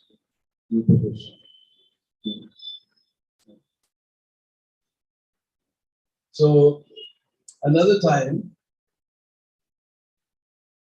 or what is this verse? The verse is, Priyam Krishna Sahachari Gurushe Trimalitas Tataham Sarata Tadam Ubayo Sangama Sukam Tatapyanta Kena Madura Murali Panchama Dushe Nano Me Kadindi Pulina Ipina Esprit Priyati we know means desire. He said, Priyaksam Krishna Sahacharya. Sahacharya means my friend. Oh, my friend, I met this Krishna at Kurukshetra. I met my old friend Krishna at Kurukshetra. I'm the same Radha. And I'm feeling the same, some similar happiness in our meeting. But Manome Kalindi, I want to go to the river Kalindi. In the forest, Bipin means forest. We always say Bipina, Bipina. And hear that sound of that flute playing on the fifth note.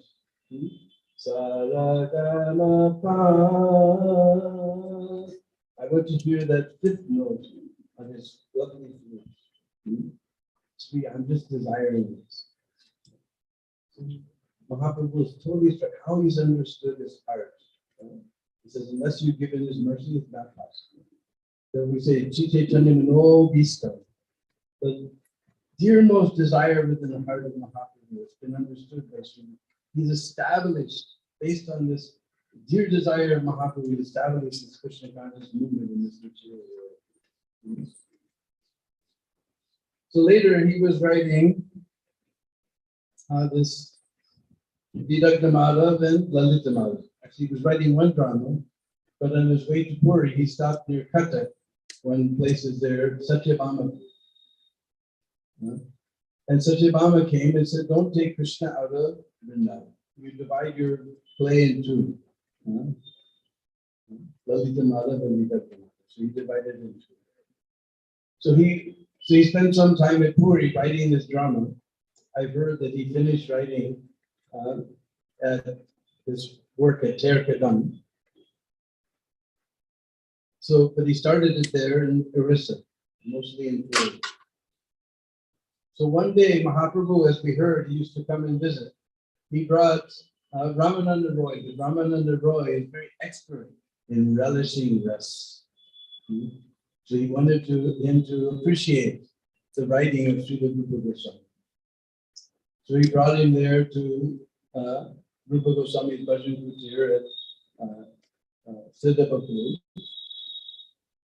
And he began to beg to him, you please tell us about this drama that you're writing. And please recite that verse, hearing which all the devotees are very joyful. Recite that verse.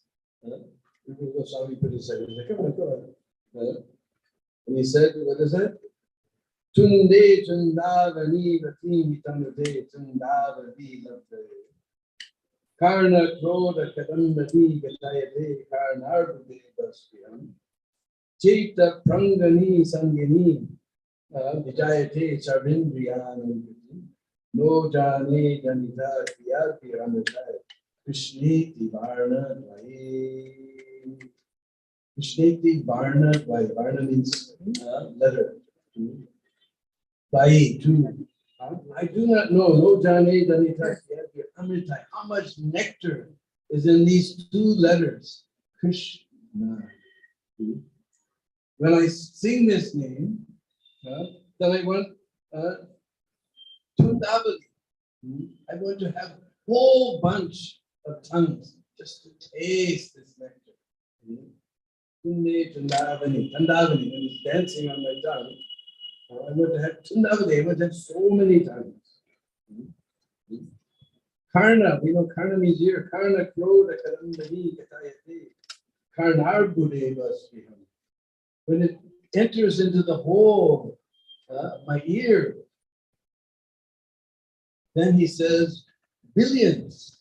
We know crore, but this is beyond for Arab.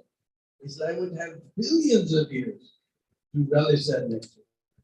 There's a secret meaning here. He says, I want many, many tongues, but he says, I want billions of ears. Means we should hear more and speak less. And when that holy name dances in the Prangana, in the courtyard of my heart, then Sarvindriyana, all my senses, all day long our senses are bothering. They all become inert. When that holy name actually dances within my heart. No jani janita kiyat amrita krishneti varnati. I do not know how much nectar is in these two letters, Krishna. When all the devotees heard this verse, they were ecstatic. Aren't we ecstatic hearing this verse? It's an amazing verse.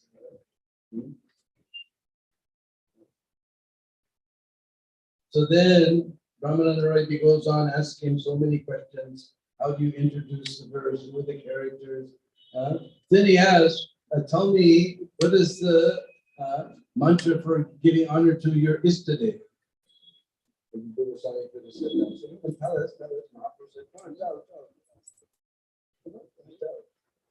He says, Anarpitam Chirim Chirat Karuna Avati Method. Samarpari Tun Una Chakutala Rasam Salaki Sriyam. Haripura to Sundra Duty Kadamba Sandikita. Saravidi Apandale Kurtu Basa. And Mahaprabhu said, what is this? Now you put some sand in the sweetbreads. And Ramananda Roy knows this is like putting camphor in the sweetbread. It is so relishing. Anarpitam. We know we do Bhog Arpan, we offer. But this Anarpitam, it was not offered. Chirim Chirat, for a long time it was not given. Anarpitam Chirim Chirat, Karuna Avatir Nikalo. But in Kalo, in this Kali Yuga, this Karuna avatar is appeared. This avatar of compassion has appeared. Now, Samarpayatum, he's giving it freely. Samarpayatum, Ujala Rasa, Sabakti Sriyam. Ujala Rasa. Our Srila Bhakti Siddhanta Thakur has described that rus means very, very tasty. Very, very tasty. So we just hear it. Ujala Rasa. Oh, sweet. Very, very developed. Unata means developed. Completely the highest developed ras. Bhakti Sriyam, the glory of his own bhakti. Mahaprabhu's giving that love of God, which is the glory of his own bhakti. Haripurata, Purata means golden. Haripurata Sundra Duti Kadamba Sandipita. We know this Kadamba in relation to a flower and a tree. But actually in Sanskrit, Kadamba means group or large quantity. Just like just now the Kadambas are blooming. They started in June, and now July, nice rain has come, so they're blooming again. It's a whole group of them. You'll see it's not one flower, it's a whole pile of flowers. So Kadamba means a whole group. So it's Haripurata, gold. Kadamba Sandipita, it's glowing with like a great quantity of gold. Just like you see people go crazy for a little piece of gold. Just like I lived in Colombia, South America. And even Prabhupada said, by culture, they are thieves. So a lady will be walking down the street and somebody with just a little tiny wire is holding that gold earring. You know, she's left screaming and blood is pouring from her ear and teeth is running down the street. Little piece of gold, but Mahaprabhu was described with his hands stretched out. He was 7 feet tall, huge quantity of gold. Just imagine how attractive. Very poor to Sundar Kadamba Sandhi Vita. He's glowing with like a great quantity of gold. Sarabhriya Khandare. In English, we say core of the heart. But in Sanskrit, we say in the cave of the heart. Khandara is cave. Sarabhriya Khandare, in the core of your heart. May that son of Sachi always, always be manifested within your heart. The heart is no, oh my God, I'll tell something. So then they go on describing all the different, how he introduces the pastimes, and then he describes Vrindavan, he describes Krishna's flute, he describes so many wonderful things, he gives so many incredible verses at the end. Ramana Roy says, this is not a drama. This is a constant stream of nectar. This is a constant flow of nectar. Without Krishna's mercy, nobody can write like this. Therefore, I can understand you've attained Mahaprabhu's mercy. And second time, Mahaprabhu says, yes, I saw this Rupa in Prayag and seeing him a fit personality. I have delivered my entire transcendental potency upon him to describe Ras. So he's mentioned very particularly twice, 2 times by Chaitanya Mahaprabhu, so you can understand he's not ordinary devotee. Srila Guru Goswami Pada ki.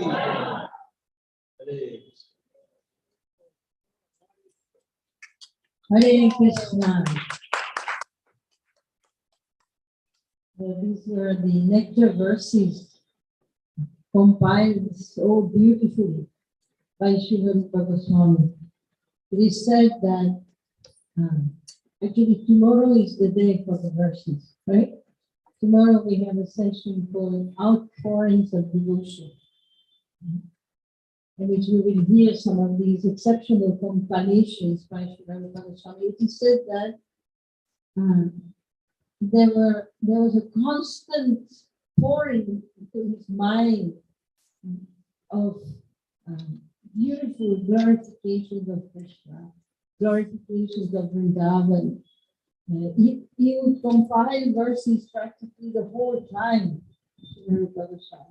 as he walked, as he sat, as he rested, and somehow verses would just appear in his mind. And he would remember them, and after some time he would write them down. So that was one way that he would compile these beautiful verses. And at other times, he had some specific idea, some specific desire for a specific verse that he wanted to compile to express something. And, and it would take many days to actually compile it, because Sanskrit composition is very complicated. It follows many, many rules of meter, many grammatical rules are there. So sometimes the verses would just appear in his mind and they would be all ready. And at other times it would take many days to compile a verse, especially long ones, like these ones that we have heard. They have many syllables, sometimes 15, sometimes 19, sometimes 21. And each and every line has to match with the previous one in terms of rhythm. So, Hare Krishna.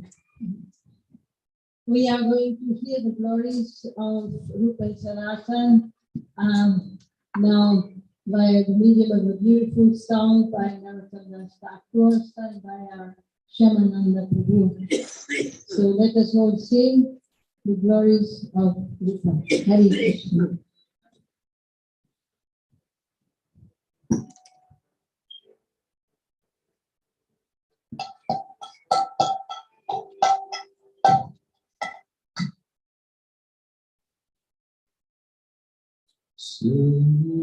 Sri Sadhu Mukti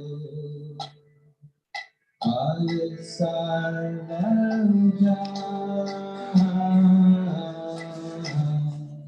Sri Akshay Sadhu Mukti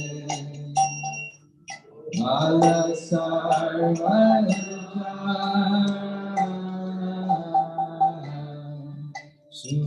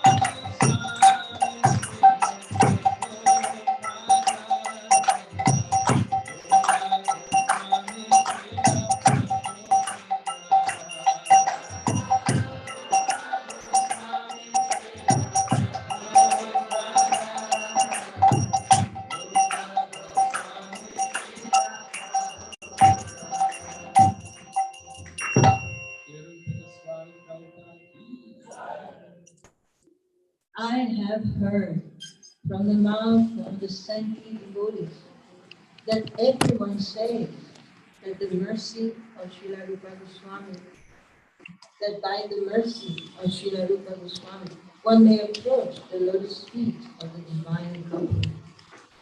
O Sanatana Prabhu, O personal associate of Lord Chaitanya, please fulfill my desire. Please fulfill my desire that saintly Srila Rupa Goswami may be merciful to me, and thus I will be able to take shelter of his lotus feet. When will my master, Srila Lokanath Goswami, place me at the lotus feet of Srila Rupa Goswami? When, by your mercy, will your faithful follower Narottam Das become eligible to receive direct instruction from the yogic friends of the divine couple? So this is our prayer, that we may be blessed by our spiritual masters to attain the lotus feet of Srila Rupa Goswami. And there is a point of time. Dinabandhu Prabhu is leaving us. Dinabandhu Prabhu ki jai. There is a point of time in the life of the advanced devotees, as we hear in the last stanza of the song, where Srila Rupa Goswami's identity will be switching. In this material world, he is known as a Goswami, wearing copings, living under the tree, very austere. But for the self-realized devotee, the image flips. And Srila Rupa Goswami reveals his identity as Srimati Rupa Manjari, amongst the circle of the associates of Srimati Radhika. And in that form, he engages the devotees in the service of the divine. This is the prayer of the Gaudiya Vaishnavas, following the footsteps of Sri Narottam Das Thakur. Sri Narottam Das Thakur.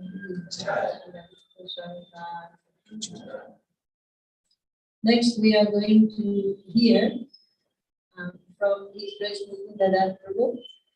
He will be speaking on the very first verse of the Bhakti Rasamrita Sindhu.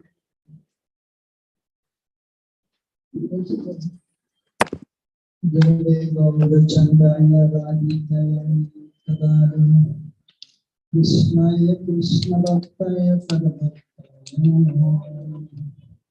Sri Chaitanya Manobhistam Sthapitam Yena Bhutale Swayam Rupa Ramanandata Sarvabhaktam Bhavanakaram Vikrudam Srimad Rupa Padam Krishna Kripa Sindhu Vyavacham Pritanam Pavanebhyo Vaishnavebhyo Namo Namaha. Jai Shri Krishna Chaitanya Prabhu Nityananda Sri Advaita Gadadhara Shri Gaura Hare Krishna Krishna Krishna Hare Hare Hare Rama Rama Rama Hare. So we are very fortunate to be assembled here in Vrindavan Dham at the DAG, which is manifestation of Srila Prabhupada's desire, so that the devotees may study transcendental literatures presented by Srila Prabhupada, specifically also the Shastri, so Srila Rupa Goswami Pad, nectar of instruction of Upanishamrita, and then also Bhakti Rasamrita Sindhu, the nectar of devotion. So these are especially both of these books, but specifically also the nectar of devotion, Rasamrita Sindhu. So Bhakti Ras is mentioned there. Bhakti Ras Amrita Sindhu. It is an ocean of Amrit, Sindhu of nectar, an ocean of nectar. Also indicated in Amrit, it is eternal. The transcendental nectar is eternal, whereas in the material world there may be some nectar also, but it is very temporary. And it is not real nectar. Real nectar, Bhakti Ras, is there in relationship with Krishna. Rasa means transcendental mellow. The loving exchange between Krishna and his devotees, his pure devotees, his associates. Bhakti. So with devotion, there's a loving exchange. Because the highest form is prema bhakti, which all the associates of Krishna, the embodiments of pure love of Krishna. But even there, different degrees are there of love. So Srila Rupotsava, and who is, of course, as we know, as we also spoke about every day after chanting Radha Madhav during the class, after the class, or after the chanting of Radha Madhav, then he was chanting the Prema Dvani prayers and then Mangalachala, auspicious invocation. And there he has mentioned first offering obeisances to his holy master by reciting the famous verse Om Ajnanatinam Detsya. And the second immediately is offering obeisances to Srila Rupotsava. Chief Chaitanya and all wisdom Stapitam and the Rupa Sun with Ramayam, the Rati Sapavantika. Who has understood the Manodesh, the desire of Sri Chaitanya Mahaprabhu. And he has established that in this material world. And therefore, we accept of his lotus. So Sri Chaitanya Mahaprabhu is Gitari Yugavatar. And so he established the Yuga Baba and the chanting of the holy names, the Mahamantra, Hare Krishna, Krishna Krishna, Hare Hare. Hare Ram, Ram Ram. But not only the Mahamantra, but he has actually given also how to chant the Mahamantra, in which mood. First of all, as in the Shikshashtakam, with all humility, feeling oneself low under the stone street, showing all respects to others. But then also, further on, he has explained, and as we know, Mahaprabhu is not different from Radha Krishna, so he has come to give love for Krishna, but specifically for Radha and Krishna. As we have heard, the Prayanar Pita Charin Chirakana Vakana, he came to give Unaduchala Ras, Unaduchala Ras. Unad means the highest, Ujva means very bright and shiny. Ras. So the rasas in Braj are wonderful and perfect and complete, but if you make a study, which the acharyas have done, then the Madhurya Ras is considered to be most complete, most exalted, and most pleasing to Krishna. So in this first verse, Srila Rupotsava Pad is indicating all the rasas, Akila Rasaluta Murti. And Murti is the embodiment of all rasas. Everything is coming from Krishna. This is also of all the spirit material worlds, of all the different personalities of God, and of all the different energies. And of all the jivas also, ultimately. So the different relationships are there, as explained, known as rasas, transcendental mellow. And there are 5 which are known as Mukyanga, as Mataji and Radha Mataji has also explained. And then there are 7 Gona Anga. So indirect mellows. And in Srimad Bhagavatam, it is also mentioned in the 10th canto as Krishna was brought to Mathura from Braj. At that time, the different personalities were there. And they are all actually representing one of these rasas. The direct and the indirect mellows were there to some extent. So everything is integrated in that Mangalacharan verse. So the first verse, of course, there are more than one Mangalacharan verse. But that is the most important one, the first verse. And practically everything is included. As in the Chaitamrita, Krishna's Kaviraj Goswami is explained what is included in the Mangalacharan verse. So first of all, Dinesh, what is the Vastu, the object of this book? What is it all about? And then pranam is there, offering obeisances. And then, so included then, of course, it is understood, then the Ashirvad will be there, the blessings. If you are reading the books, so if you are reading the book and that is mentioned, so what is the purpose of the book? The first verse is indicated. Of course, the layman may not understand, so therefore we are approaching the spiritual master and the previous acharyas specifically. So, Srila Jiva Goswami, the nephew of Rupa Goswami, was practically also the disciple of Srila Rupa Goswami. He has given a very beautiful understanding of this verse for our pleasure, for our understanding.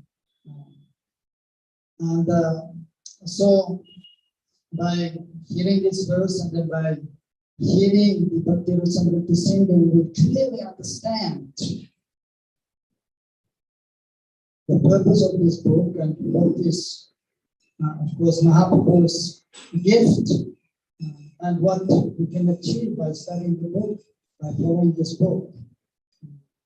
And that is ultimately, we can come to the platform of pure devotional service.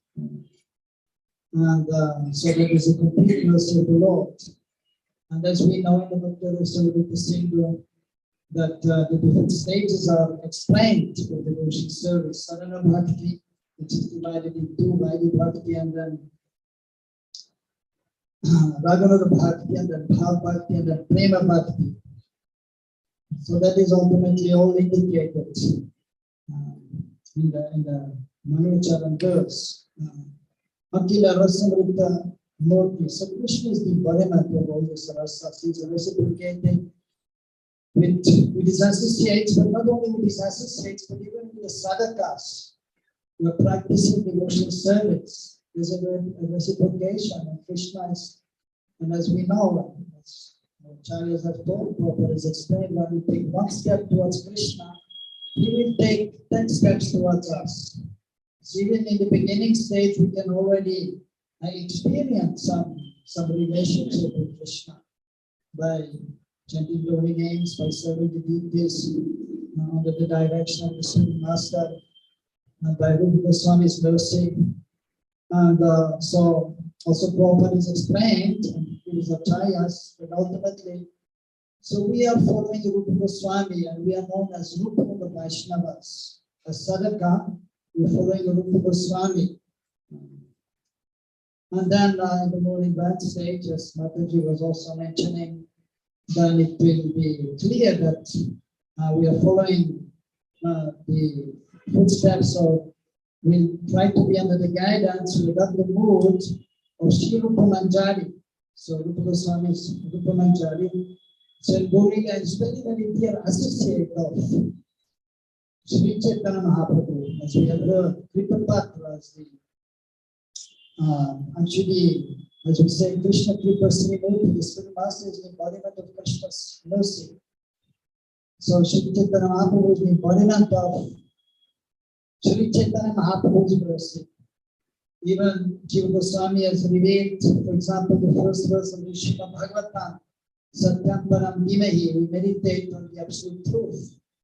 And for us, that is Krishna ultimately. Dene Brahma Hridaya Adi Kavaye.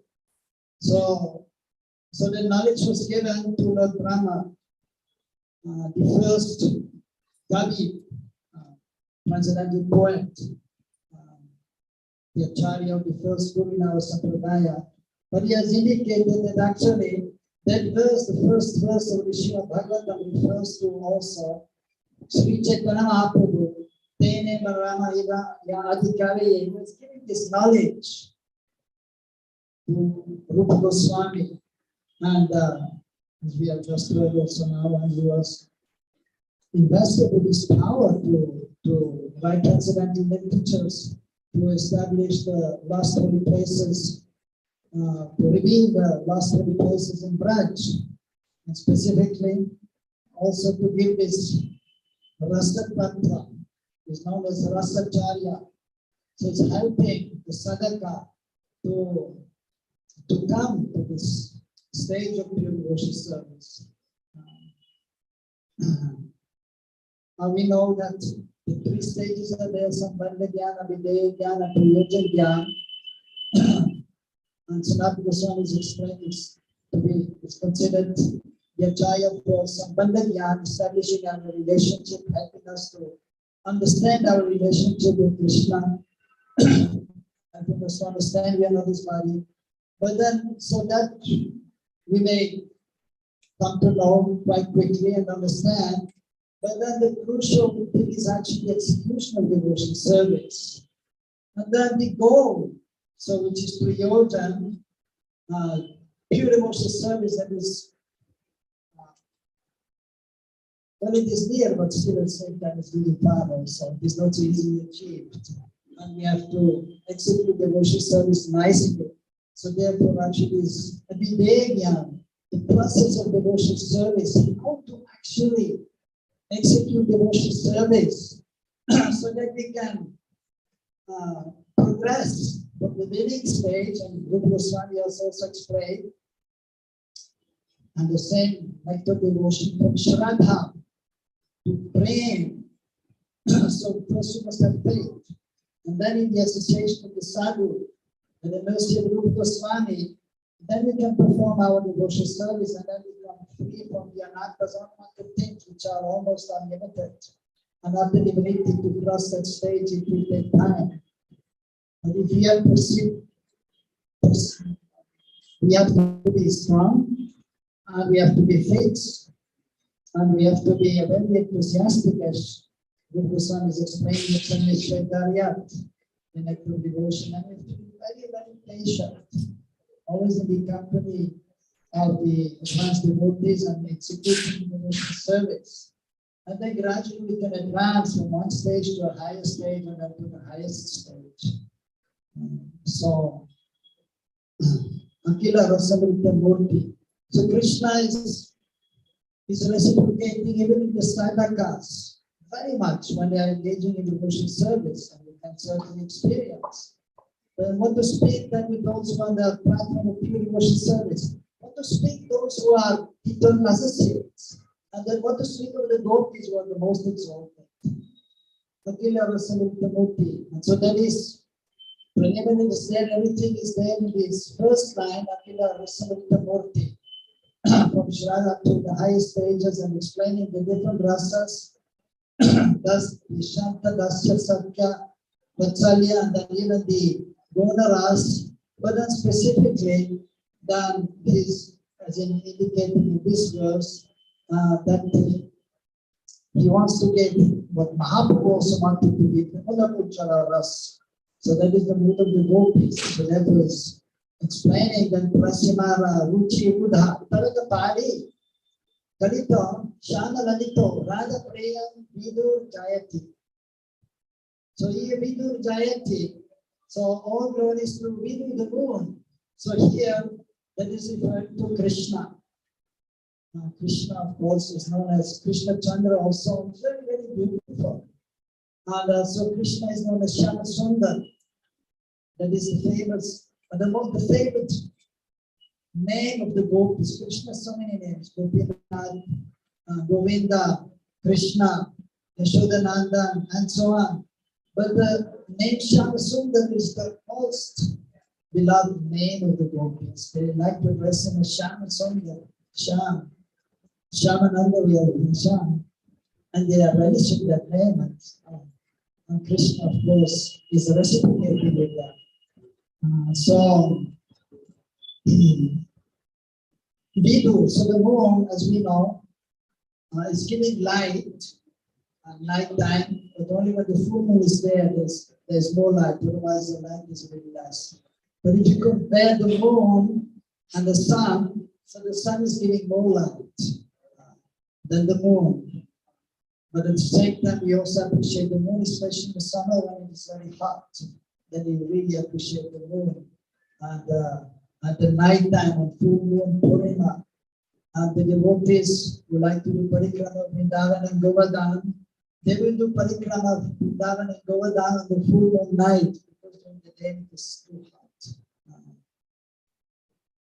And of course, Krishna's name is Krishna Surya also. And so we also need the sun. The sun shine, we need both the moon shine and the sun shine. And Krishna is just like the full moon, and also his name is Krishna Surya is just like the sun. He is dissipating the darkness of ignorance. Krishna Surya Maya the Katha, Krishna Surya, Krishna Surya Maya, Pa Krishna, Pa Maya Dikarna. So Krishna is just like the sun, and ignorance is darkness. The darkness is the Maya, illusion, that is darkness. So where it is Krishna, there is no darkness. And even when the full moon is there, then we can see something. So a beautiful comparison, because Krishna's color is Shyam, so darkish color, so it seems to be less bright. But since Krishna is the source of everything, is the source of the Brahma Jyoti, and the Brahma Jyoti is actually giving light to the sun and the moon. So Krishna is the source of everything, but so the brightness of the sun, so it's covered by his complexion, Chandra. So therefore, very appropriately, he has mentioned here, we do the moon, and the moon is very, very pleasant, the rays of the moon. And so here, in this verse also, so it's very pleasing to all these gopis. So here, the different gopis are mentioned. Taragapali, and actually the different, that is mentioned again also in the nectar devotion towards the end, where the gopis are explained, the different gopis which are there. And further on to those who are qualified, and Ujjwani Ramani. So Srila Rupotsava has more elaborately explained about the different gopis. So Tarak and Pali are there. First are mentioned, and also in the verse it is mentioned is subjugating them, is controlling them. And so by his love and his relationship there. And but here specifically also the relationship is given to Srimati Radharani, because she is the foremost of the gopi. And that is explained by the Acharya, the Taraka. So she is slightly favorable towards Srimati Radharani, because there in the spirit world all the gopis are a relationship is there, and there's love for Krishna, and one who has love for Krishna is love for everyone. At the same time, this transcendental rivalry is there, so which is natural. In the spirit world, but even in the material world, we maybe see some rivalries there, and not only amongst the women, but even the men. So they want to do nice seva for Krishna, and they want to accept the others. So similarly, there also the different gopis are there. And so Srimati Radharani's gopi and the Sampaksha. And then, so Taraka, she is known as Surit, so she's friendly towards Srimati Radharani. And then Palika, also known as Pali, she's known as being friendly towards Chandravali, and therefore she's neutral towards Srimati Radharani and her gopis. And then Kalita, so the meaning of that Kalita, Shana Lalito, it is explained that Krishna, as it is explained in Chaitanya, the process, when one is engaged in devotional service, then by the mercy of the Spirit Master, then we can understand that we have a relationship with Krishna. And although the relationship is internal, but the Spirit Master will reveal the relationship, and he will help us to develop in that. And so Mahaprabhu has explained that at the time of initiation, then Krishna is making that devotee, putting him practicing the same platform as himself, on the transcendental platform. So in loving reciprocation. So similarly, so that is indicated here that Shama, also known as Shamala, and Lalito, they are very dear to Krishna because they are very close to Srimati Radharani. So Lalita, she is one of the Ashtasakis, the most intimate friends of Srimati Radharani. And then Shamala, she was also very friendly towards Srimati Radharani, also one of the friends of Srimati Radharani, although not one of the Ashtasakis, but also very close circle with Srimati Radharani. And so there's a loving exchange there. But then Radha Priyan Vidu Jayate, Rupa Goswami is then revealing the wonderful relationship between Radha and Krishna, and actually the love of Srimati Radharani towards Krishna, so much so that she's actually able to control Krishna. So that is explained also in the active devotion and further on in Uttanila 8 kinds of gopis are there. Krishna is known as the foremost of the heroes. So many heroes we may see in the material world, for materialistic persons, Hollywood, Bollywood hero, cricket star, football star, they are all heroes from one point. We may acknowledge, but Krishna is not in the center, so it is very temporary. But then even so, we may say that other heroes may be there, the pure devotees, or even the incarnations of the Lord that perform wonderful activities, so they may be addressed as here also. But Rupa Goswami has explained that the ultimate hero, that is actually Krishna. He has given also one very beautiful verse, which Prabhupada has mentioned, Chaitanya Charitamrita, explaining about Pranav Omkar, Om. So, Akarunochite Krishna, Sarvalokayaka Nayaka, Ukanuchite Radha Mahaka Jiva Vachakaha. So, A in Om refers to Krishna. But I mean, the Krishna has very beautiful eyes, like lotus petals. And so he's actually the only hero. And then he's, of course, he's the hero for his friends, he's the hero for the servants, he's the hero for his parents also, specifically for the gopis also. And so he's explained he's the only hero ultimately. Different kinds of hero are explained in the scriptures, and Krishna is embodying all of them. Similarly, the different heroines are there, and Srimati Radharani, she's the foremost of all the gopi, and she's also the embodiment of all the different heroines which are there. And the foremost is known as Radhin Bhartrika, the lover who is controlling her beloved, so much so that Krishna is serving many times Srimati Radharani. So, of course, these are high topics, but Srila Swami is mentioning that in the first verse, so we should understand that is actually the goal, and to be attained, it may take a long time. Now, of course, Bhakti Sadachar is there, Bhakti Pravesh, entering Bhakti, and then also Bhakti Sadachar, how to behave properly in this world, perform devotional service, following rules and regulations. And then we have Bhakti Shastri, then we study the scriptures and can get a more understanding. And then Bhakti, what is it? Bhakti Vaibhav, Bhakti Vedanta, and Bhakti Sarvabhauma. So by going through all of them, especially Chaitanya Charitamrita, then we can have a more clear understanding and we can really appreciate this transcendental subject matter. But now an important point, why is writing this in the first verse? Because that is actually the goal Chaitanya Mahaprabhu came to give. And it may be very high, distant for us in the beginning, but it is actually the goal. And so there's one verse in the Bhakti Rasamrita Sindhu also explaining about sadhana bhakti. What is sadhana bhakti? So that is engaging the senses, and of course the mind, and all our endeavor in the service of the Lord. But it should lead to bhav. That is the definition of performing sadhana bhakti. As we have explained, sadhana bhakti is there, then comes bhav bhakti and then prem bhakti. So we should know what is the goal, and then we may perform devotional service, and then we can achieve the goal. And then, so if you know the goal, we can achieve the goal. If you don't know the goal, we cannot achieve the goal.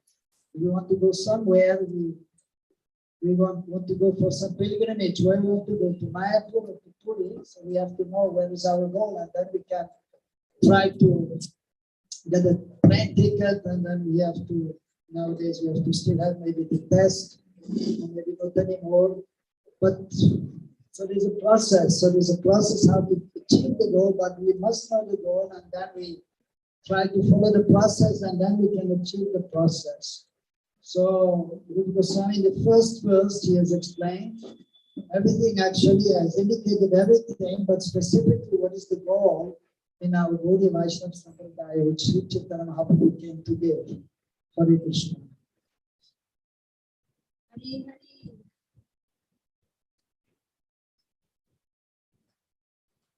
Thank you, Mukundada Prabhu,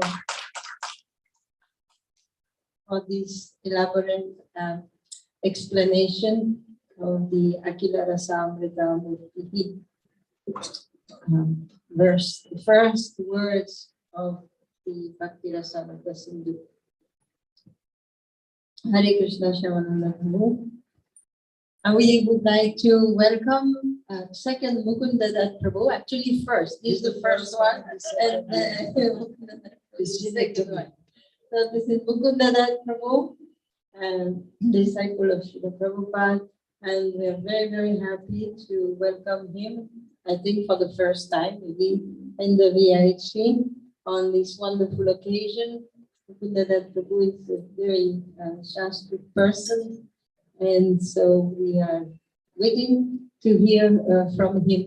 And the topic that he has chosen is, we will hear a verse, he'll explain a verse from a compilation of verses that Rupa Goswami done. It has been compiled under the name of Padyavali. And there's a group of verses.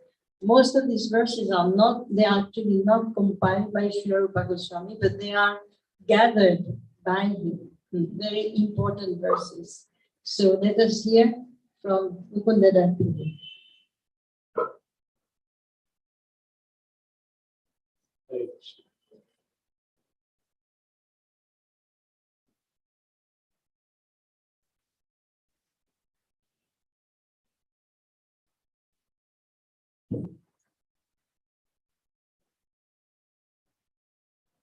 ओम ज्ञानतिमनान्धस्य ज्ञानञ्जनशलाकया चक्षुरुन्मिलितं येन तस्मै श्रीगुरवे नमः। आरदानस्त्रनन्दन्ते इदं याचे पुनः पुनः श्रीमद्रूपपदाम्भोज रजोऽहं स्यां भवे भवे। Padyavali by Srila Rupa Goswami is a well-known book, and as she explained, it's actually an anthology of Sanskrit verses which are written by many different authors over many different centuries across many different geographical regions. Very diverse group of authors that Goswami has pulled together in this anthology. And in fact, some of them are not even Vaishnavas. Some of them are just Pandits, but some of these verses also Rupa Goswami has sanitized, you might say. He's Krishnized them, mundane verses, but he's turned them into Krishna conscious verses. Foremost example is probably that Priya Soyam verse, which Sri Chaitanya Mahaprabhu spoke at the Rath Yatra in Puri. But out of, say, 387 verses that are in the critical edition of Padyavali, Rupa Goswami himself only wrote about 30 or 40, and the rest are taken from these other authors. And there's another maybe 80 or 90 verses that are either unknown authorship, or they're assigned to various authors, or they're just not assigned to anyone. So I've chosen today to talk about verse number 123 of Padyavali. That's a verse that Rupa Goswami himself wrote. It's very interesting to see what Rupa Goswami himself compiled for this book. It gives us a sense of what's important to him. And this verse is generic in the sense that it addresses topics that are relevant to all kinds of Vaishnavas. And In particular, it discusses two aspects of Krishna's internal potency that manifest especially for the residents of Braja. And Rupa Goswami also gives his benedictions to those of us who are hoping to take advantage of these two aspects of Krishna's internal potency, which we'll explain.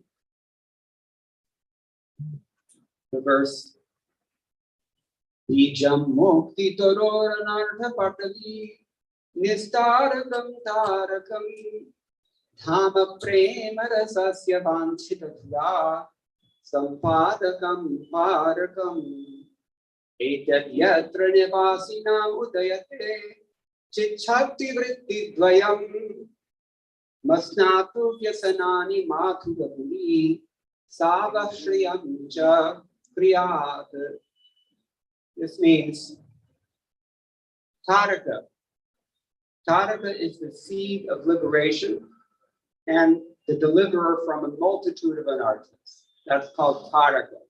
Remember that name. Taraka literally means deliverer. Taraka is the repository of mellows of pure love of Krishna. Prema rasasya dhama. And it's the bestower of the entire range of all transcendental aspirations. Whatever you want in spiritual life, it can be given to you by Taraka. So, the translation, Taraka is the seed of liberation and the deliverer of the multitude from the multitude of anarthas. Taraka is the repository of the mellows of pure love of Krishna and the bestower of the entire range of transcendental desires. May that Mathurapuri, where the spiritual potency manifests this pair of functions for its residents, slay all of your disturbances and effect your good fortune. So Rupa Goswami is giving us the benediction that Mathurapuri, where we're all sitting today, will, by dint of these two potencies, deliver us from all of our anarthas, liberate us from the influence of the material energy, carry us into the spiritual world, and fulfill all of our aspirations there. It's a great benediction to achieve from Sri Rupa Goswami. Even 500 years later, we're able to take advantage of Rupa Goswami's mercy by the grace of all those devotees who chose to represent him over the centuries since he wrote these words. And most recently, of course, we've been benedicted by His Divine Grace A.C. Bhaktivedanta Swami Srila Prabhupada, founder and Acharya of the International Society for Krishna Consciousness. Without Srila Prabhupada's books, without Srila Prabhupada's many instructions, it's not very likely that very many of us would even know what Padyavali is. We would never have heard of it. We might not even know who Goswami was. So we should always remain grateful for that. There are at least 2 or 3 commentaries on Padyavali. None of them are published. In fact, this critical edition of the Padyavali, published in the 1930s, it was based on maybe, as I recall, perhaps 24 or so manuscripts. But none of those are older than the 18th or 19th century. Here in Vrindavan, just a few meters away from us, there are some manuscripts even older than that, back to 1615 in the Christian era. And we have 2 commentaries on Padyavali. One is by Veerachandra Goswami, who was slightly elder contemporary of Bhaktivinoda Thakur. And we have another one by an unnamed commentator from the Shyamananda Parivar. And he's written his commentary back in the 17th century, pretty old. I'm going to explain a little bit from the Rasik Rangada Yakhya, the Rasik Rangada commentary of Veerachandra Goswami. He says, in this verse, the compiler, Rupa Goswami, writes about the truth of Mathura by means of describing the Lord's essential form. The idea is that may Mathurapuri stir up or destroy all of your material desires and make you happy. How is this so? The spiritual potency, Chit Shakti, is twofold, taking the form of knowledge function, jnana bhakti, for the living entities residing there. Its twofold nature is called Tarakam and Parakam, which we've already briefly described. We hear from Padma Purana, Taraka Jayate Mukti Prema Bhakti Stu Parakat. Taraka is what liberates you from the material influence. Paraka is what firmly establishes you within the spiritual world. So these two functions are benedicting us, especially here in Mathura. Taraka is said to be the seed of the tree of liberation, Mukti Torod Bijam. Seed means the source, the origin. Then he explains how that mukti comes about. Mukti comes about when this host of inauspicious things or anartha are destroyed. And then Paraka is here called the repository or the Tama, the shelter, Ashraya of Premarasa. And in that transcendental shelter, love of God is tasted. Then he gives a beautiful example. How is love of God tasted? He says it's just like water. The taste of water adheres within water itself. If you drink water, then you taste the water. If you don't drink the water, you don't taste it. Similarly, if you chant Hare Krishna, Krishna Krishna, Hare Hare, Hare Rama, Rama Rama, Hare, you taste it. Nobody has to confirm for you. This is also stated in the 11th canto. So in the same way, Mathura, being the locus of this Raja Prem, is tasted here, especially in Mathura Dham. How this is so, he expresses as super excellence. Virtually everything that you might desire in spiritual life, every bhava that you could aspire after, its accomplishment is here. And it is such that the glory and super excellence are shown from a brilliant exposition of the Lord's Shakti in this verse. There's some manuscripts, they say instead of sampadakam, they say sampadakam, but the meaning is more or less the same. To effect or bestow or produce or procure something for you. And sampadakam means to lead you to your goal, to promote you, to further your advancement, etc. So these are just a few things. Now, these two words, Taraka and Paraka, they often refer to the names of Rama and Krishna, respectively. Taraka Nama. It's said, Srila Prabhupada mentions in Chaitanya Charitamrita, if you happen to die in Kashi, Banaras, then Lord Shiva will come and whisper Taraka Nam into your ear. Taraka Nam that he whispers into your ear is Rama Nam. Rama can deliver you liberation. He can deliver you from material existence. Srila Prabhupada's introduction to the Srimad Bhagavatam mentions Taraka Nam. Taraka Brahma, he calls it as follows, quote, when Lord Chaitanya was born during the lunar eclipse, all India was roaring with the holy sound of Hare Krishna, Krishna Krishna, Hare Hare, Hare Rama, Rama Rama, Hare Hare. These 16 names of the Lord are mentioned in many Puranas and Upanishads, and they are described as the Taraka Brahmanama of this age. It is recommended in the Shastras that offenseless chanting of these holy names of the Lord can deliver a fallen soul from material bondage.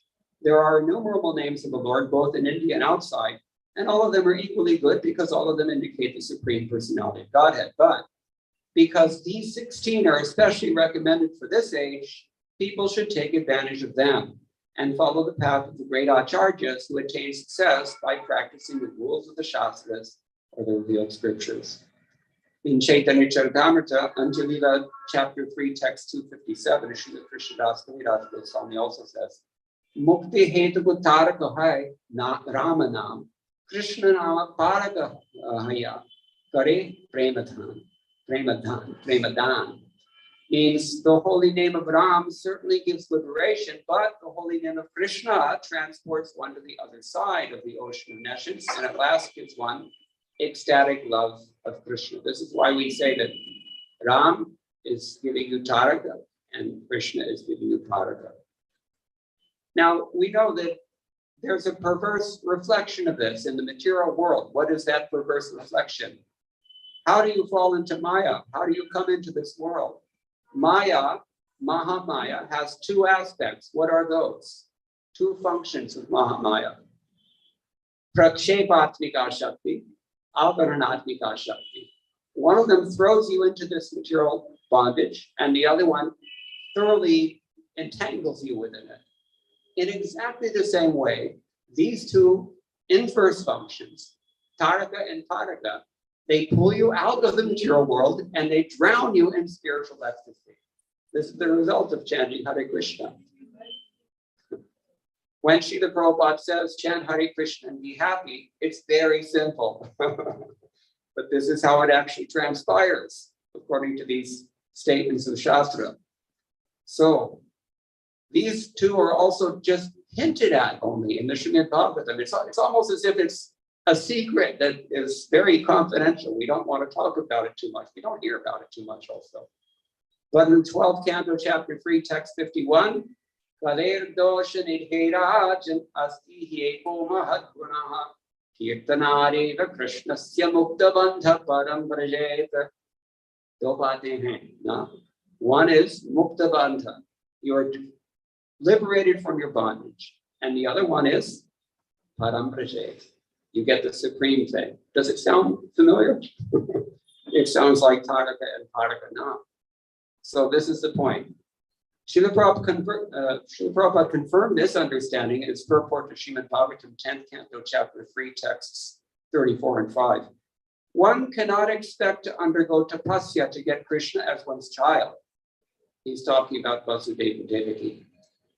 Yet, simply by chanting the Hare Krishna Mahamantra, Kirtanareva Krishnasya, one can become so pure that one becomes freed from all the contamination of this material world, Mukta Sangha, and goes back home, back to Godhead, Param Brajet. It's confirmation. So previous acharyas, particularly Jiva Goswami, well, especially Rupa Goswami, after him, Jiva Goswami, and up to Bhakti Vinod Thakur and Srila Prabhupada, as we've already heard, they've explained these two functions, Taraka and Paraka, at more lengths in their various writings. The primary resource for us is the Partalakhanda of Padma Purana given by Srila Rupa Goswami in his Mathura Mahatmya. Rupa Goswami has compiled the glorification of Mathura. And there he's quoting from this conversation between Shiva and Parvati. Shiva is explaining these two potencies to Parvati. And texts 108 to 120 of that passage say, Parvati speaks, O Jadadhara, you've already described the glory of Mathura. What is the glory of the sages, the ground, and the rivers there?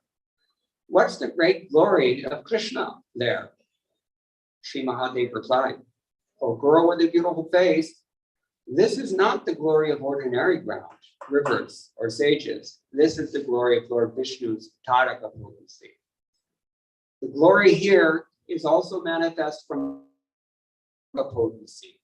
O goddess, please hear of these two potencies. All Krishna's glories are manifested from his spiritual potency. His glories are his Taraka potency and his Paraka potency. From his Taraka potency, liberation is manifest. From his Paraka potency, loving devotional service is manifest. The Supreme Lord also says, O who are more dear to me than life, in this way there are two mantras and two names. Among all mantras and names, they are said to be the best. If a person, knowingly or unknowingly, chants the Taraka mantra, then no matter where he dies, he attains the result of dying in Varanasi, if you're chanting Ramanam.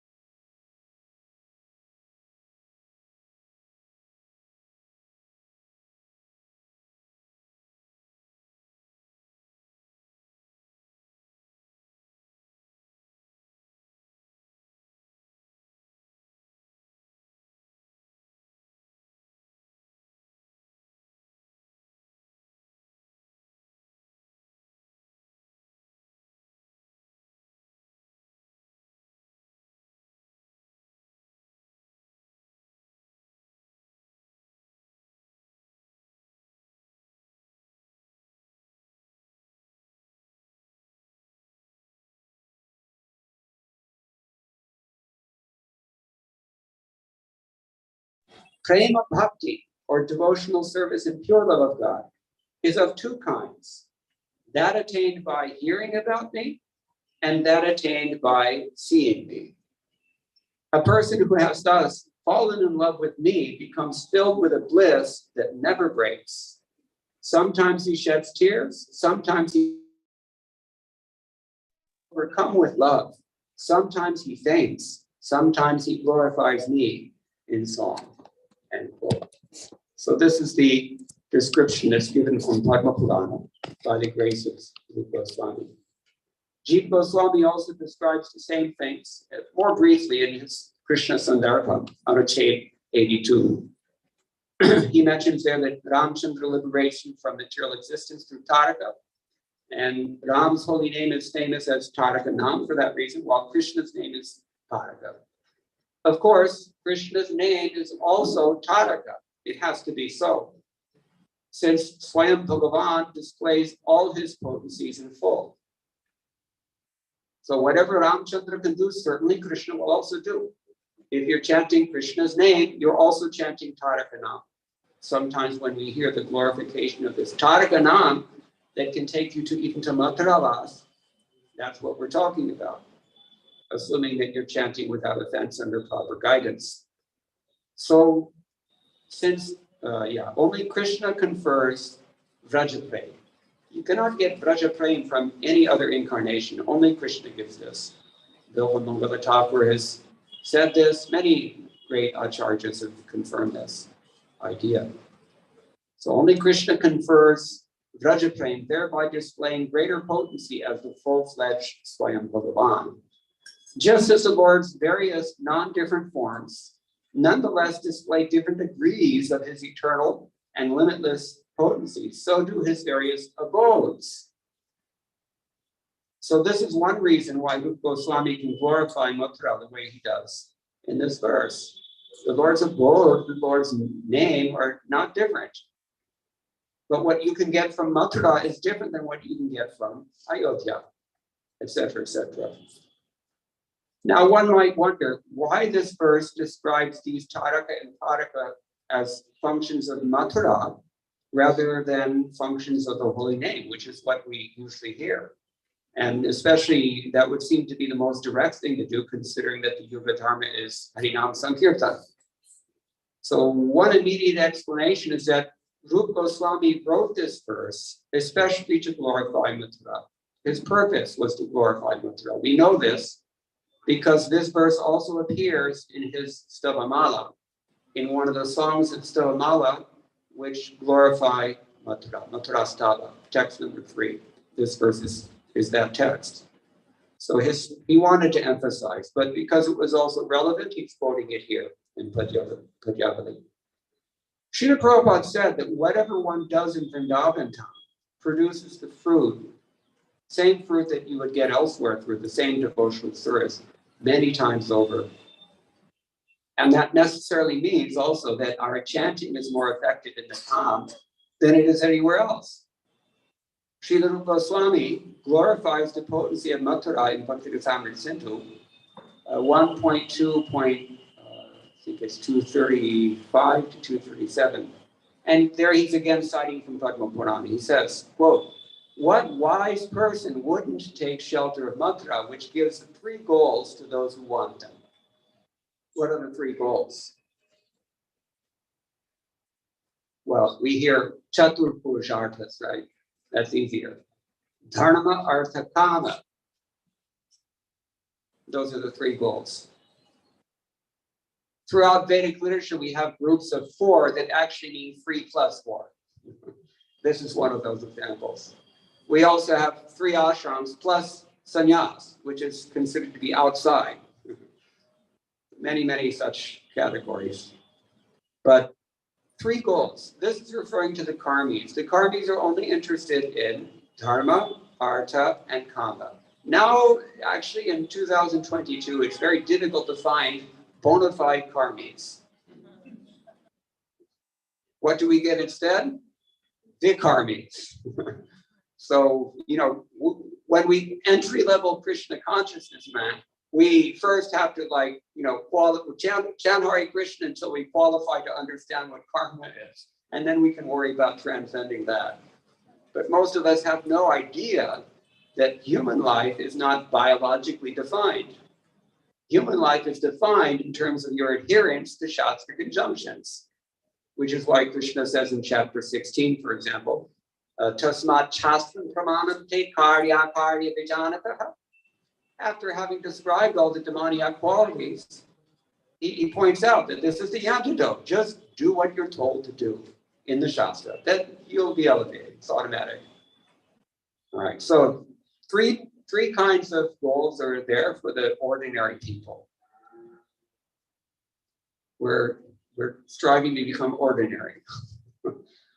Then we can worry about transcending them. For those who want these three goals, Mathura will give it to them.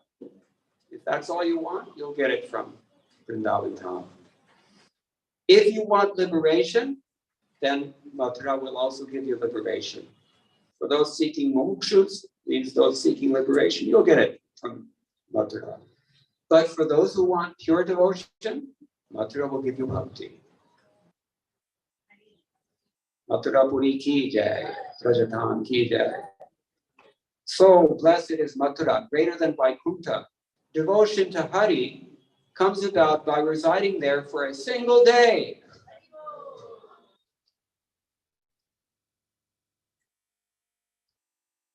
He likewise quotes from Brahmanda Purana 1.2.212. This is also Bhakti Rasamrita Sindhu, quoting Brahmanda Purana. The perfection that is rarely gained, even after serving all the sacred places in the three worlds, consists of the highest bliss that comes from merely touching Mathura. And finally, this is next verse in Bhakti Rasamrita Sindhu. Shruta smrita kirtida cha vanchita prekshita vrata sprishta shruta sevita cha mathura bhishta dangram. That means Mathura gives your desired aim just by hearing about it, by remembering it, praising it, desiring Mathura, seeing Mathura, going to Mathura, touching Mathura, taking shelter of Mathura, and serving Mathura. All these things. So these things also, of course, because the two dhams of Vrindavan and Navadvip, Mayapur, they're the same. So the same principles are operating in Navadvip Dham, and this is confirmed by Bhaktivinoda Thakur in his Navadvip Dham Mahatmya, text number 73. Taraka Paraka Vidya Dvaya Viroto Navadvipa Vashikone Shebe Riti Mata. These two fields of knowledge, Taraka, which means knowledge about how to cross over the ocean of material nations, and Paraka means knowledge about attaining all kinds of aspirations within the spiritual world. They always serve the inhabitants of Navadvip in a beautiful way. So both Krishna Nama and Mathura Vas are among the 5 main angas of sadhana bhakti that Rupa Goswami mentions in his Bhakti Rasamrita Sindhu. Although absolute faith in these is fairly rare, but Rupa Goswami assures us that due to their extraordinary and inconceivable potency, even a slight connection with any one of them or all of them can accomplish the production of bhava janmani. That's from Bhakti Rasamrita 1.2.238. Therefore, for those who reside here in Krishna's personal dham, the Lord's Chit Shakti automatically activates these two functions. Taraka liberates us from the mundane influences, and Paraka brings us into the fixed shelter of a specific position of divine service, ultimately culminating in pure love of God. So this is text number 123 of Srila Rupa Goswami's Padyavali. It would be very easy to overlook the significance of this verse. After all, you're reading 400 verses, and all of them are very wonderful, and all of them have their own, I want to say, multiple treasure chests of avenues that we can explore in the different Budhartas, the meaning of the words. Bija Mukti Taror Anartha Patavi, Nistarakam Tarakam, Dhama Premarasasya, Vanchita Tura, Sampadakam Tarakam. Etad Yatra Navasinam Udayate Chit Chakti Vrittidvayam, Mashnatu Vyasanani Mathurapuri, Sava Shriyam Chakriyat. I'll read the translation again. Taraka is the seed of liberation, the deliverer from the multitude of anarthas. Taraka is the repository of the mellows of pure love of Krishna and the bestower of the entire range of transcendental desires. Me Mathurapuri, where the spiritual potency manifests this pair of functions for its residents, slay your disturbances, and award you good fortune. Srila Rupa Goswami Pada Ki Jai, Srila Prabhupada Ki Jai, Om Premanand.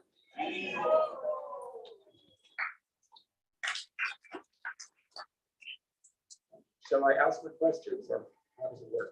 Oh, why not? We never had questions so far. Or if anybody wants to please comment, any of our learned pundits. We have a surprise visit. We'd like to welcome Savagya Prabhu. Hare Krishna. Hare Krishna. Savagya Prabhu is also a Pandita. Little, no, not much. One of our teachers. Well, thank you very much, Mukundadat Prabhu. See how many jewels are hidden in the verses of all the scriptures, actually, and how the jewels are made known to us. They start shining when we hear. When we hear from those who have heard in Guru Parampara. This is what Srila Prabhupada has explained to us. The process of learning is through hearing. And when we read the Padyavani, we just read this verse and just go to the next without knowing anything. Because there's no commentary. Commentary is very important. Yes. Guru Sadhu Shastra, threefold authority that we follow. And the sadhus are considered, of course, the contemporary sadhus, but also the acharyas who have come before our generation and who generation after generation have been churning the ocean of Vedic literatures. So this was just a little glimpse here of what is contained in the books that have been written or compiled by Srila Rupa Goswami and in general all our acharyas. Very, very amazing. That's why those who have a taste for hearing are most fortunate. And they are taken away from this world because their mind becomes absorbed in all these details, intricacies, and wonderful revelations of the various verses, even just the padas, even just the lines, even just one word in a verse can reveal so much information and can give us so much direction for the practice of our devotional sense. So we are very, very grateful to Mukundadat Prabhu for coming today and opening this door onto this immense ocean, the wealth of the Vedic literature, and in this case, particularly the literature left behind by our acharyas. Thank you very much, Mukundadat Prabhu, and we wish that you may return some other time in the VIH, and we could hear from you. Thank you so much. But I have to go because I have another. Okay. Yes, you had told us. You had told me. So Mukundadat Prabhu will be leaving us. All our speakers are busy persons. So he will be leaving. Someone could accompany him. And somebody else will be leaving also, not going very far, but still. Srila Rupa Goswami is going to return to the temple room right now. We shall stay here but Srila Rupa Goswami will return to the temple room where he will be offered bhoga. We have devotees who have cooked for Srila Rupa Goswami, so they will be offering bhogas.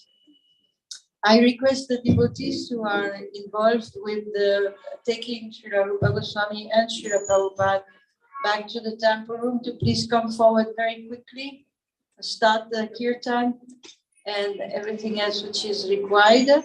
We are, as we see here from our seniors, Mukunda Das Prabhu, are you also leading? Yes. Okay. All right, so please, after Rupa Goswami leaves, we'll sing a bhajan, and then we will hear from some. All right, are we doing? So who is carrying who here? Kirtan, please. Where is the kirtan?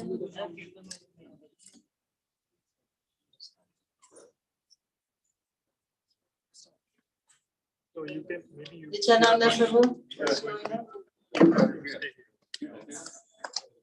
Conch. Shabara. Anka.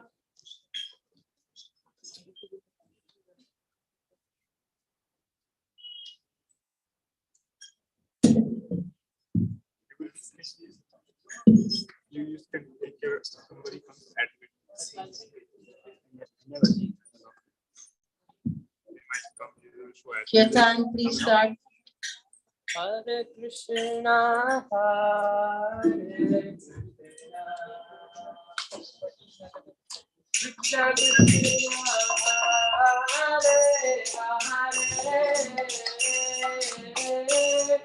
Hare Rama, Hare Rama,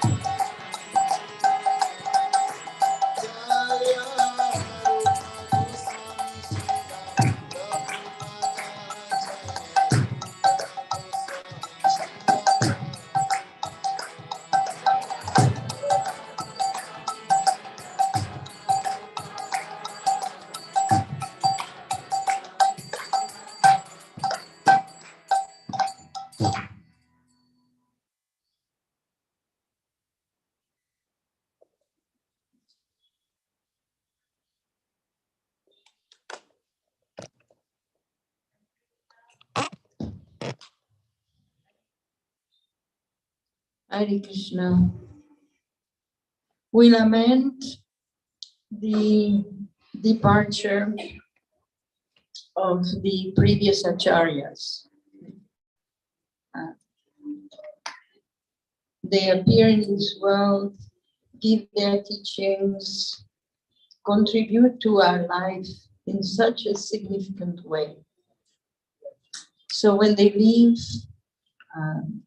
we lament in separation, although we know that they have gone to Krishna, they are in the best of all positions, but we are left behind, deprived of that association. So on the disappearance days of the acharyas, we sing this beautiful song. This festival that we are having, even though we keep it very lively, it is a festival of separation. But on the spiritual platform, separation is actually the fastest way to get association.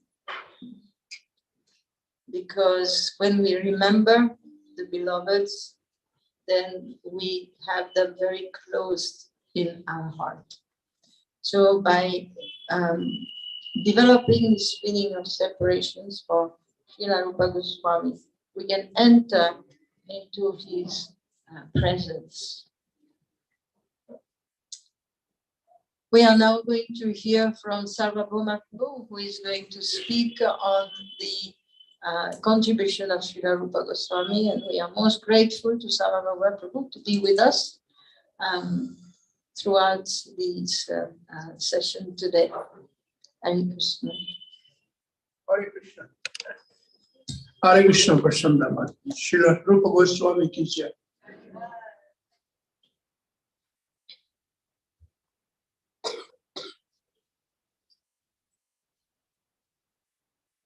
Gurave Gaurachandraya Radhikaya Tadalya Krishnaya Krishna Bhaktaya Tad Bhaktaya Namo Namaha. Om Namo Bhagavate Vasudevaya.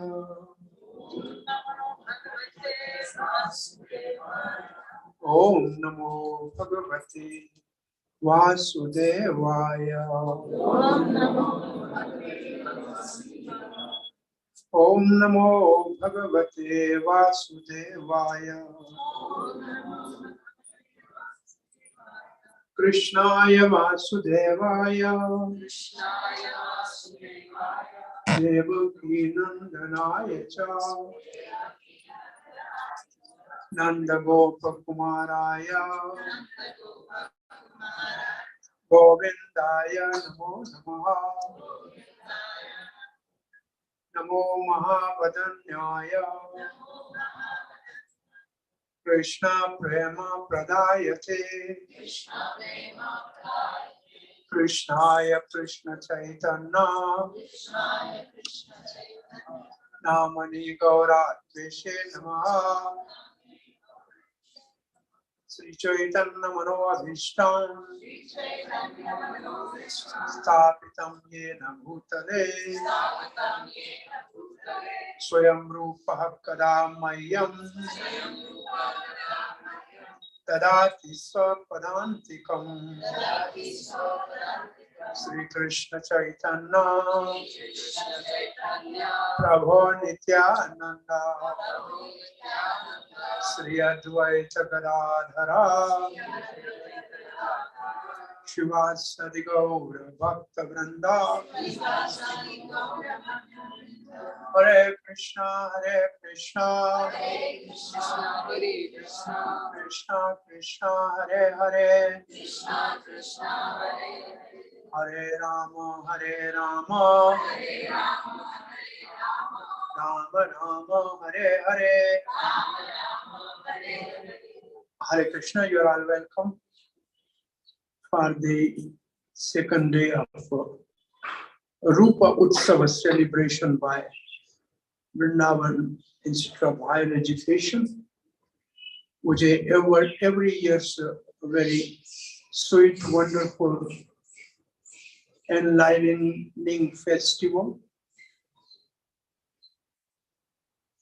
We started hearing from our Grace Nagpatni Devi the early life of Srila Rupa Goswami prior to meeting Sri Chaitanya Mahaprabhu.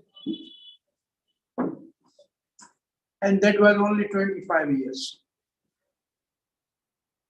First time Chaitanya Mahaprabhu met Srila Rupa Goswami when Srila Rupa Goswami was 25 years old at Ramkeli.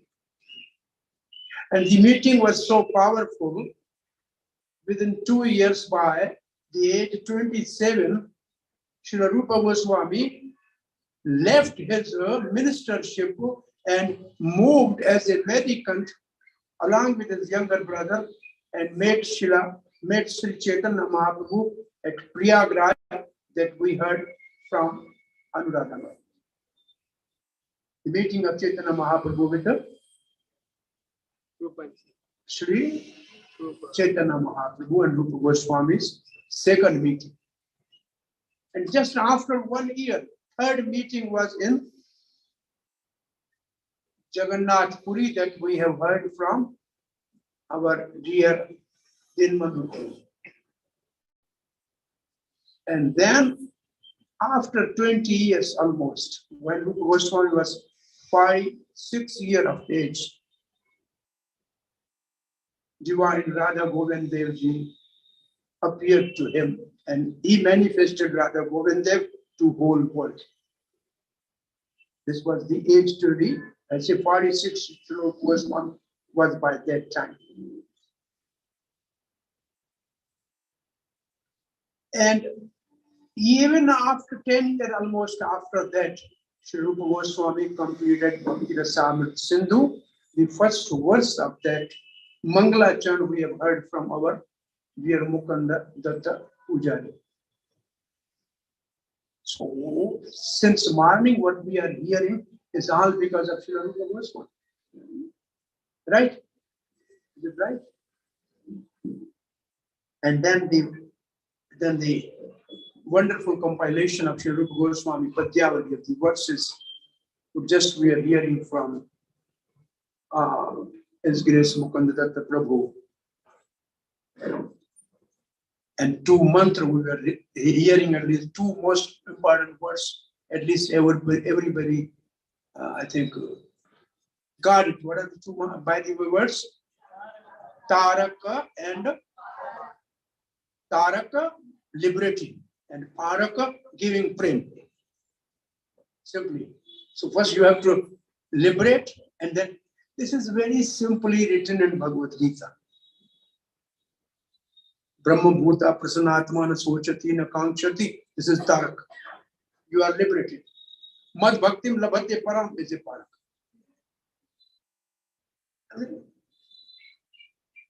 I think maybe 2 months back I was speaking in Middle East, teaching of Lord Chaitanya, only preface. Srila Prabhupada writes Chaitanya Mahaprabhu is Supreme Lord, and it is the evidence of a proof of the Chaitanya Mahaprabhu as Supreme Lord Sri Krishna is in Mahabharata. Then Srila Prabhupada writes, it is in Srimad Bhagavatam, and it is also in Bhagavad Gita. This is what Srila Prabhupada has written in a preface. I was thinking, yes, Mahabharata, we have this verse from the Vishnu Sahasranam, Emango Swarna Varno, that is there. In Bhagavatam also we have a verse. Krishna Varnam Tuesha Krishna. There is in Bhagavad Gita Chaitanya Mahaprabhu. And Prabhupada has written Chaitanya Mahaprabhu is in a Bhagavad Gita. I was giving class, I think. Then I thought, well, is Radharani is in Bhagavad Gita? Well, yes, it is there. Mahatmanas to Mam Parat, Devim Prakriti Mahashruta, Devim Prakriti is Radharani. Devim Prakriti is Radharani. So Radharani is in Bhagavad Gita. Is it there or not? And what is the, and what Chaitanya Mahaprabhu came in the mood of? And what he was doing? Next verse. Satatam Kirtana Yanto Mam Yatatam Tridavarta. So it is there. I mean, what I'm saying, what Srila Prabhupada said something, he has something in his mind. Something must be in his mind when he's writing all these things. So I'm just reading the contribution of Srila Rupa Goswami to the world, some verses.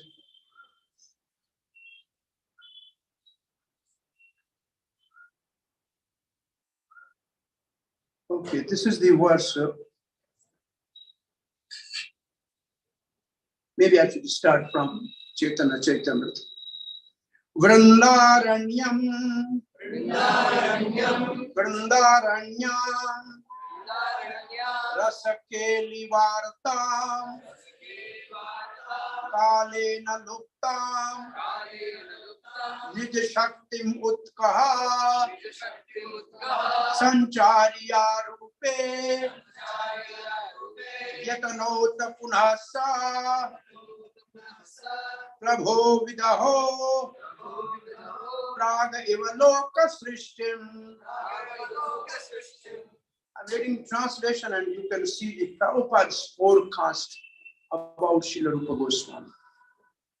Before the creation of this cosmic manifestation, the Lord enlightened the heart of Lord Brahma with the details of creation and manifested the Vedic knowledge. In exactly the same way, the Lord being anxious to revive the Vrindavan pastime of Lord Krishna, Vrindavan Rasakeli Vartam, Vrindavan pastime of Krishna, impregnated the heart of Rupa Goswami with spiritual potency. By this potency, Srila Rupa Goswami could revive the activities of Krishna in Vrindavan, almost lost to memory. In this way, he spread, I'm reading the last line, in this way, he, Rupa Goswami, Srila Rupa Goswami, spread Krishna consciousness throughout the world. This is not in the verse. In the original verse, this line is not there. It's spread all over the world.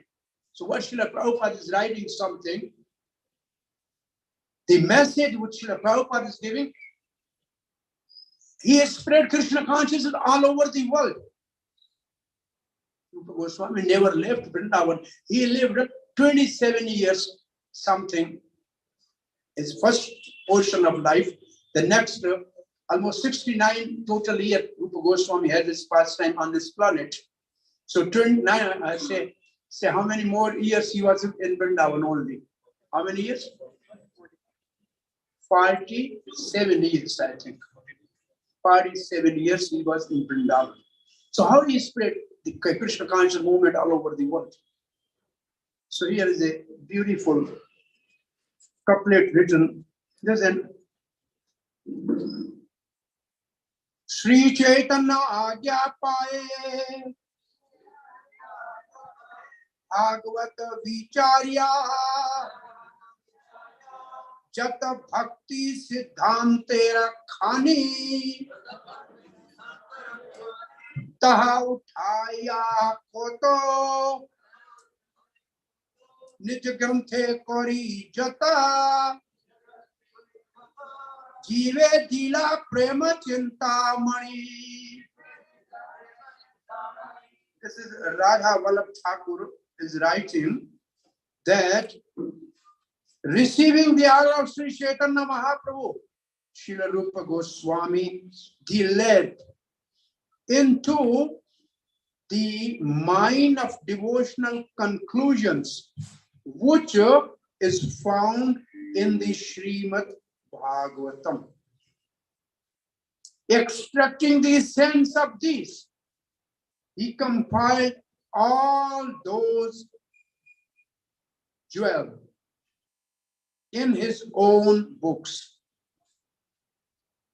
Thus, Srila Rupa Goswami has bestowed the great gift to the great gift of touchstone of prema to the upon all the conditioned souls. So for the whole human system, the whole world is a conditioned soul. So everybody is a conditioned soul. So he gave the Chintamani, a great gift of Chintamani. Chintamani means that which will transform you immediately into devotion. Now I'm reading a couple more verses really, which are beautiful.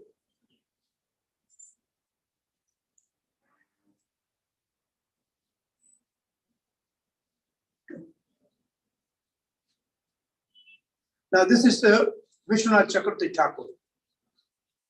He is writing this verse as a Mangalacharan to Madhurya Kadambani. He says, Bhakti Purvahi Sharita Tanto Rasam Pashe Yada Tatta Adihi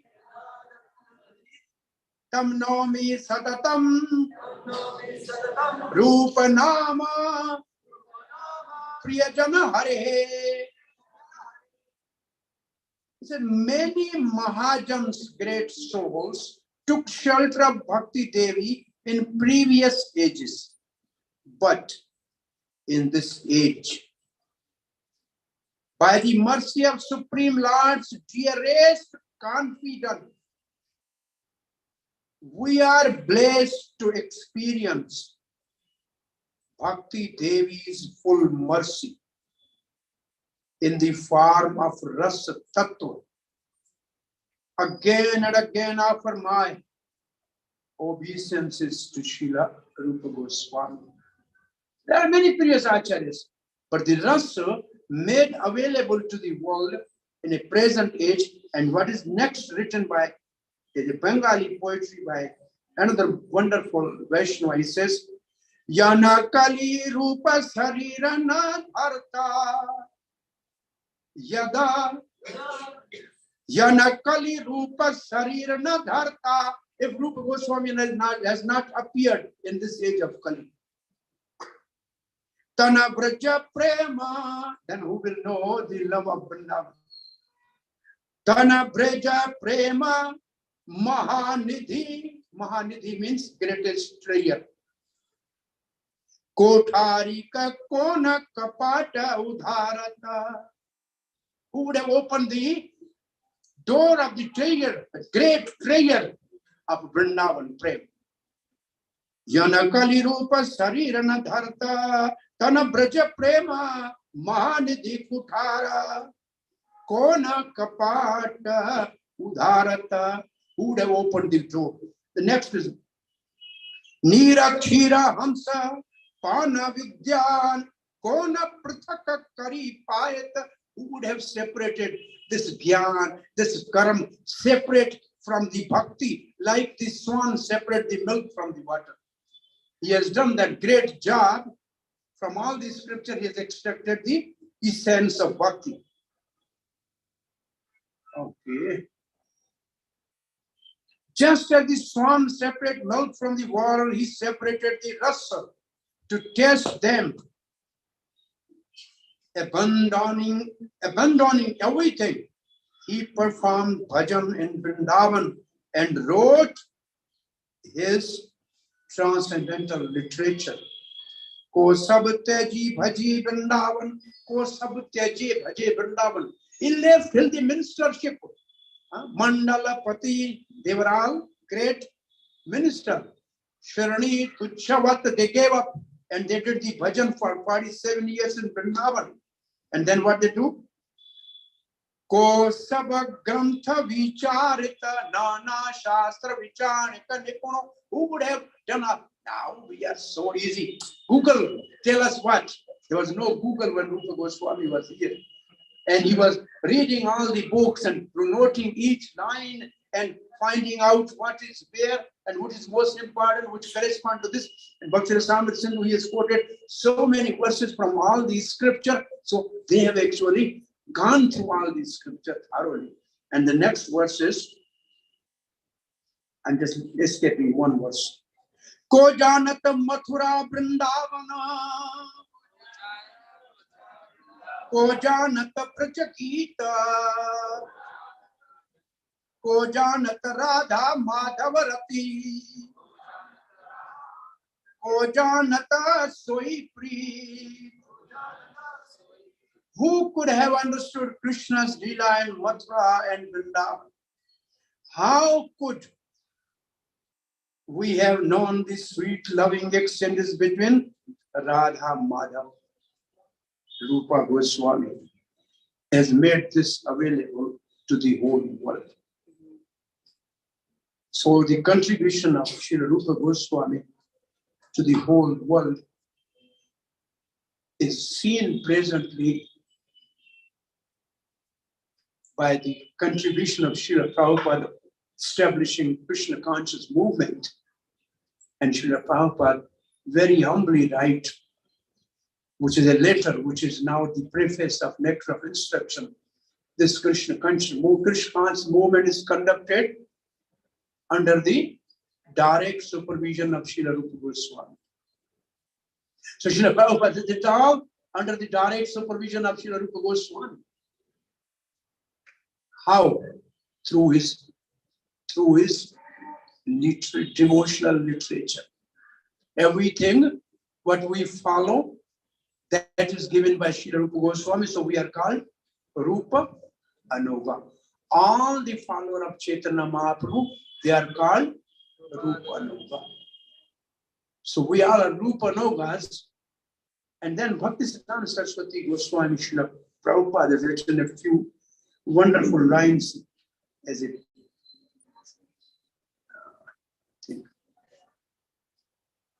There are some more verses, but I don't know if we can do that.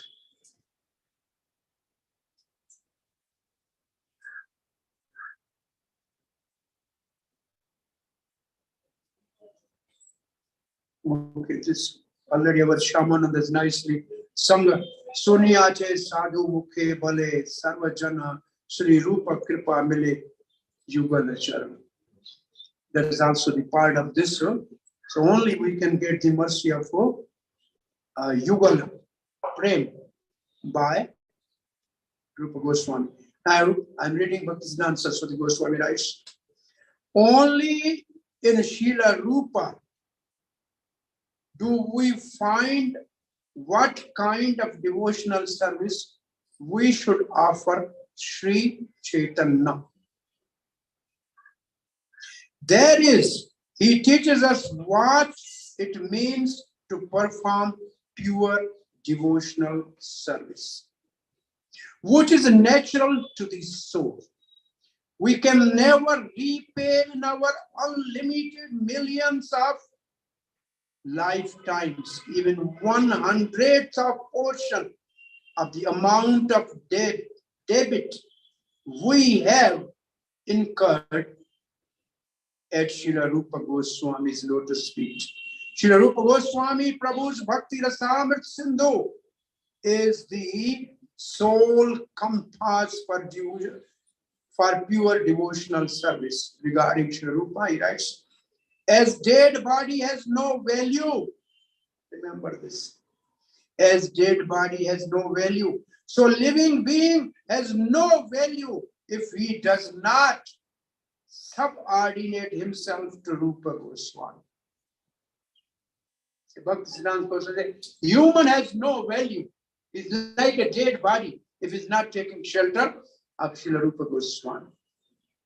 If anyone wants to realize the magnanimity and sweetness of Sri Gaura Krishna, he must follow the footsteps of the followers of Srila Rupa. We can never become qualified to serve the divine couple without surrendering ourselves to Srila Rupa. Srila Govind's service, Sri Govind's service in Vrindavan belongs to Srila Rupa Goswami. And then Srila Bhaktisiddhanta said, well, these are some other verses that Rupanuga never say like this. These are the different verses. So these are the certain things which we should see how acharyas have glorified the contribution of Rupa Goswami to the mission of Chaitanya Mahaprabhu. And how as we have the Chaitanya Mahaprabhu empowered Srila Rupa Goswami for 10 days at Prayagraj, where the whole world goes to get a nectar of the churning ocean during the Kumbh Mela. That nectar is nothing as compared to bhakti, nectar of devotion. That was given at that place where people are going for the nectar. The biggest gathering of the whole planet is at Kumbh Mela. And that place Mahaprabhu was chosen to give the nectar of devotion to Rupa Goswami for a complete 10 days. Bhagavad Gita, only 45 minutes Krishna has given to Arjuna, and that is like a sun for the whole world. And it's giving enlightenment and light and life to the whole world. What about 10 years instruction of same Sri Krishna in Gaura, mood of Radharani, he gave actually. After enlightenment, how can we love and serve Radha Krishna in Brij? So we should take full advantage of contribution of Sri Rupa Goswami, which are broadcast all over the world by most merciful His Divine Grace A.C. Bhaktivedanta Swami Srila Prabhupada. And we are here because of the mercy of Srila Prabhupada and his followers.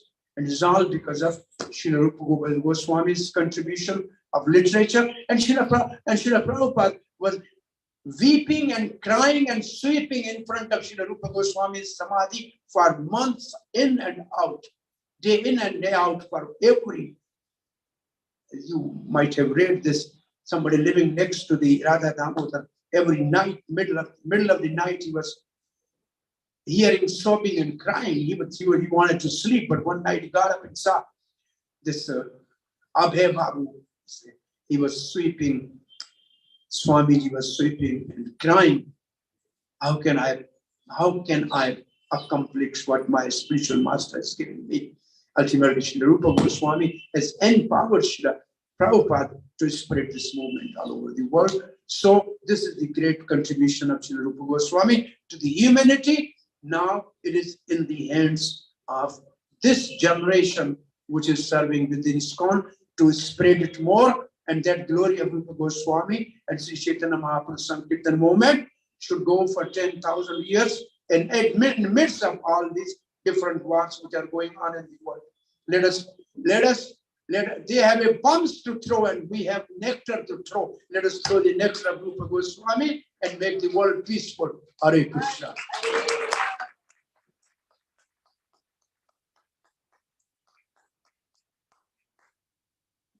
Hare Krishna. Yes, in the spiritual world there are flower bombs.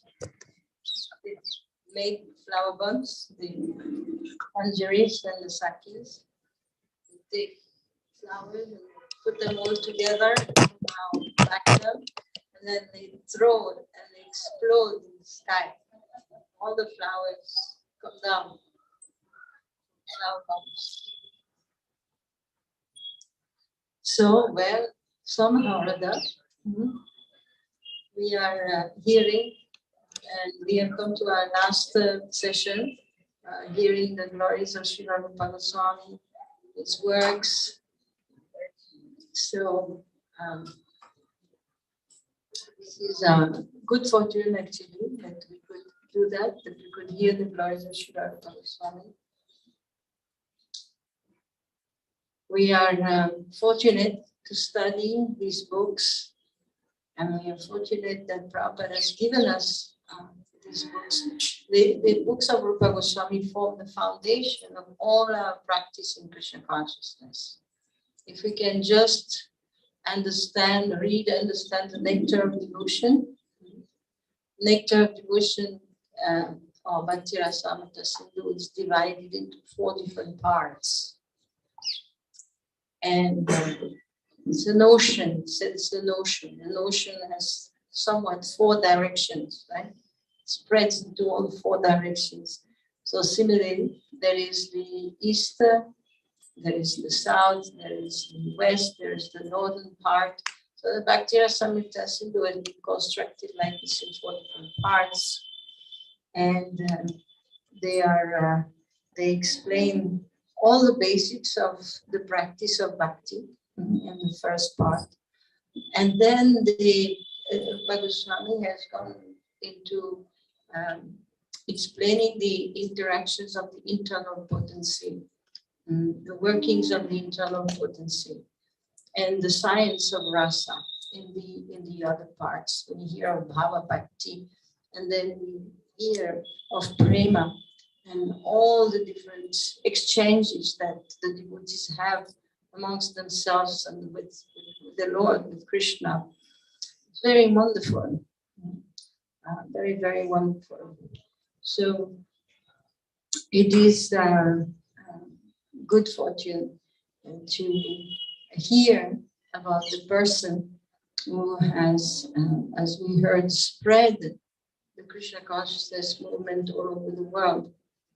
One way is by combining, by writing his books, and another way is because the bhajan or the sadhana performed by the Goswamis of Vrindavan was so powerful. They were chanting Shuddha Nama. You always hear that there are 3 levels of chanting, and we struggle on which level? Level 1. We are struggling on level 1. We do Aparadha Nama Bhava. Aparadha Nama. We are trying to chant, but Aradhana means to worship, the worship, and Apa means the wrong worship.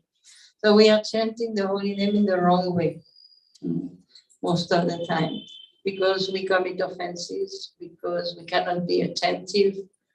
So the results of such chanting anyway is auspicious in general, it is auspicious because the holy name is the Taraka, we heard, it will give us liberation. But it doesn't take us to the wonderful experiences of internal Krishna consciousness. Not possible. So then we want to elevate ourselves to the next level, Nama Bhasa. That is the level actually which will take us to an experience of being separate from this world. But that is not enough. We have to chant like the Goswamis. Now the Goswamis of Vrindavan, Sri Rupa Goswami, they would chant with tears in their eyes, remembering Radha and Krishna.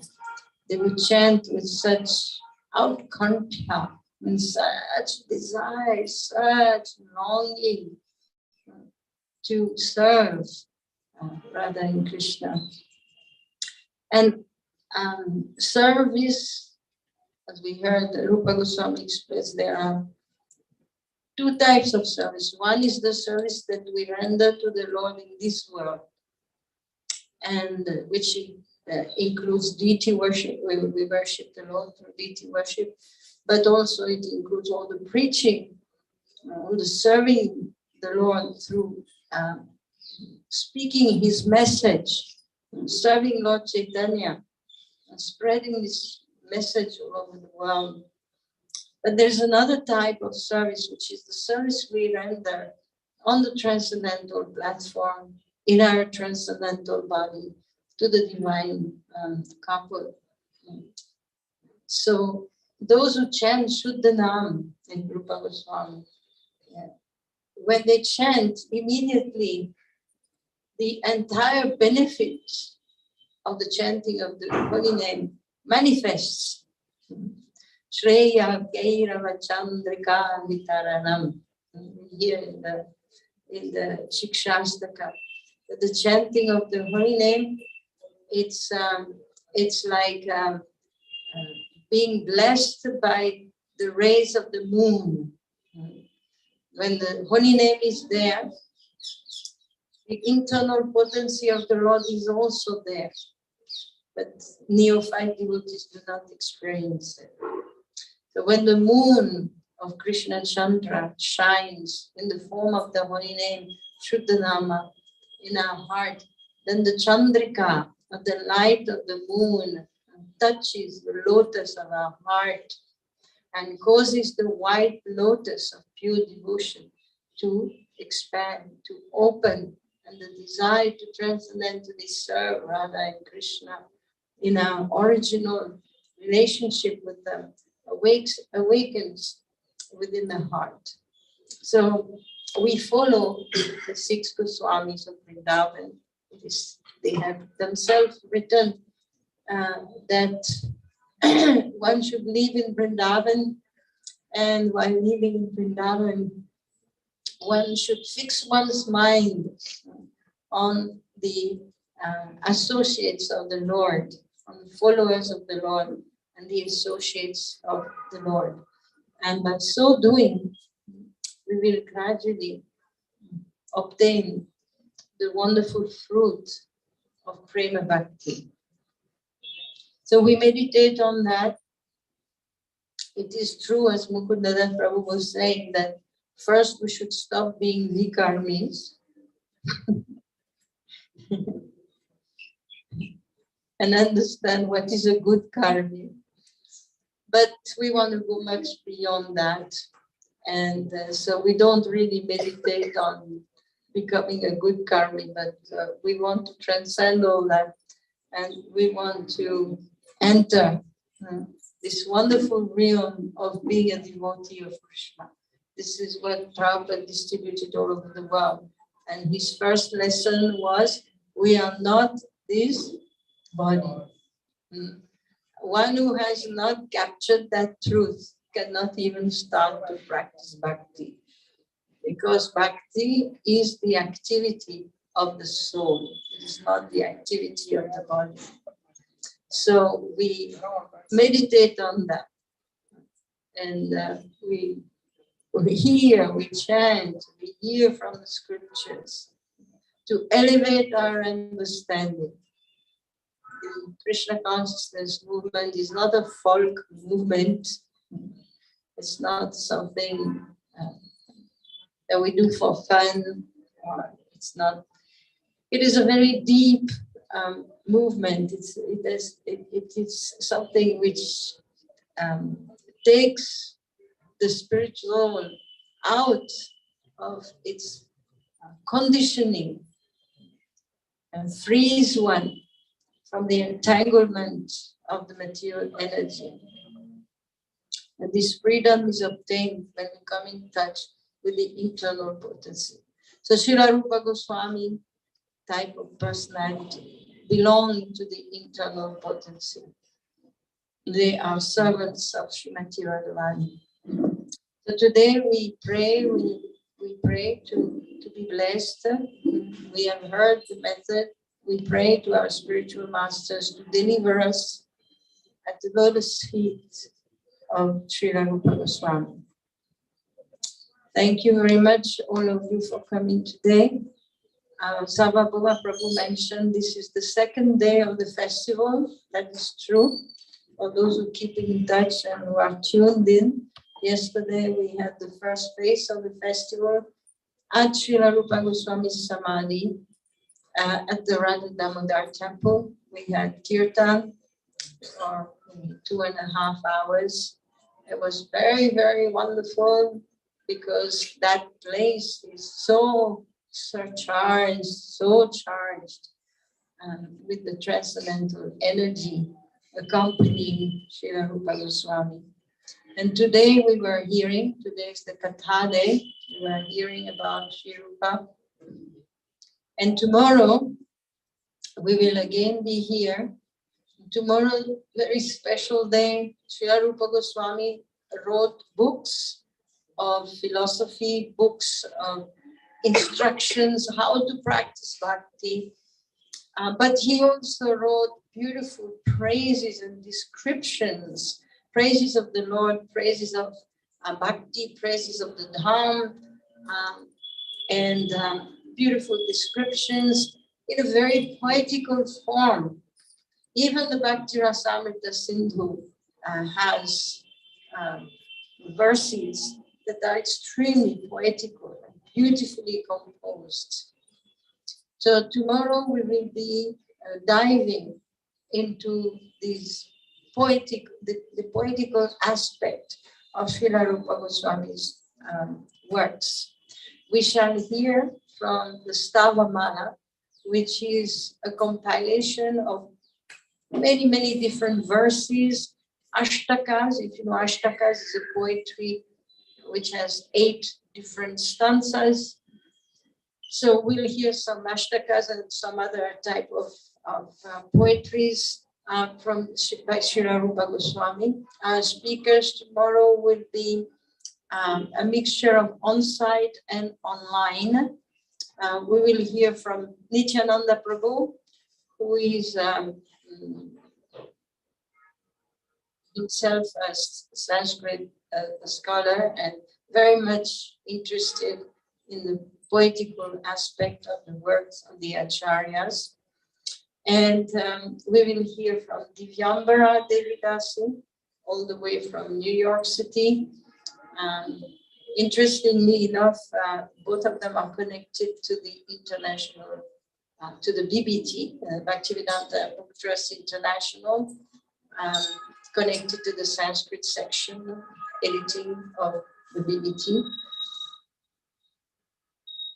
And here on site, I myself will be singing some of the poetries of Srila Rupa Goswami. And so this is just a little overview for tomorrow. The program will be in the afternoon. We will start at 4 o'clock. And we will go on for about 4 hours, hearing the poetries of Srila Rupa Goswami. So if you are interested, please come around that time. Tomorrow is Ekadasi. It's a good time for hearing and focusing on spiritual sound. And then on the next day, that will be the fourth day of the festival, and that is the actual disappearance day on Dwadasi. We shall be going to Tea Kadamba, which is the place we heard where Srila Rupa Goswami wrote the Bhakti Rasamrita Sindhu and some other books. Rupa Goswami performed his bhajan, stayed in different places in Braj, including here in Vrindavan. We heard of the Radha Govinda temple. In Seva Kunj at Radha Damodar, he stayed there. He also did his bhajan in Govardhan, and he did his bhajan in Tea Kadamba, which is near Nandagaon. And that is the place where he spent a long time, lots of time. So that is known as the Bhajan Sthali of Srila Rupa Goswami. And anyone who would like to follow us there, please come along. We will be worshipping Srila Rupa Goswami on that day through kirtan, bhajans, not a little bit, 1 or 2 bhajans, mostly kirtan. There will also be a bhoga offering. And we'll perform Guru Puja to Srila Rupa Goswami. And so, Hare Krishna. Now, the next part of our festival is that we will be going to the temple room, which is located downstairs. And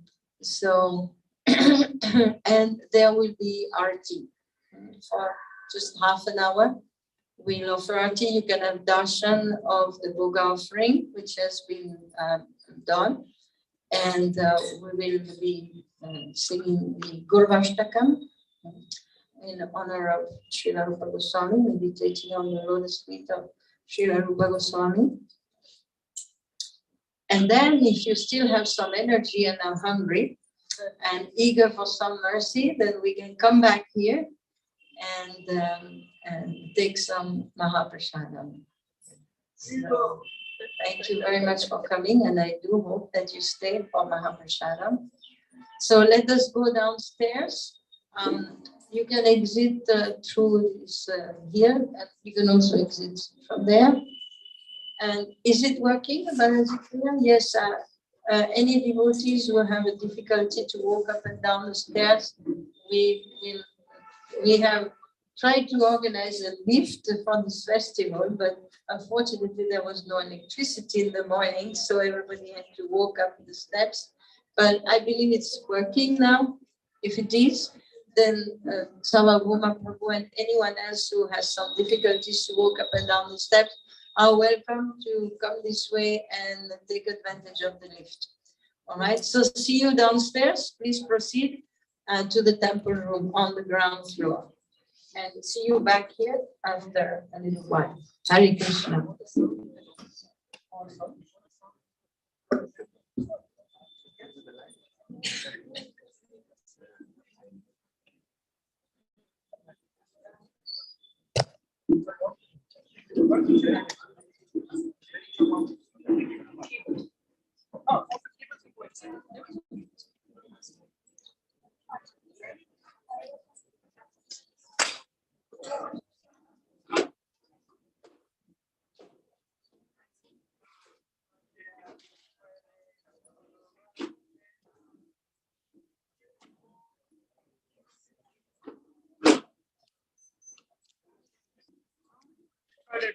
Yeah, this is the Zoom.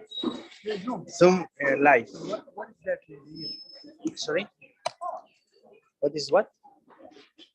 This is just the This is Zoom. yes. Who did the recording?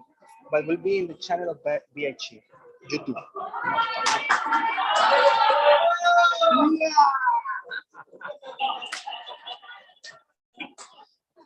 Yeah, come on. My demand.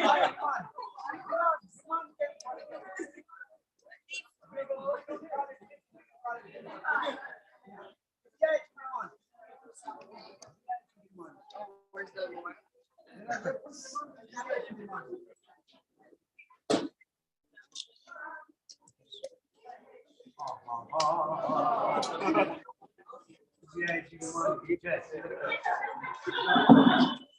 आता इधर है बेटा अच्छा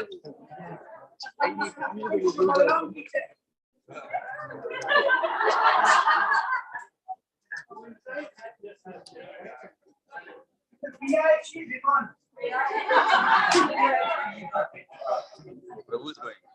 Yeah.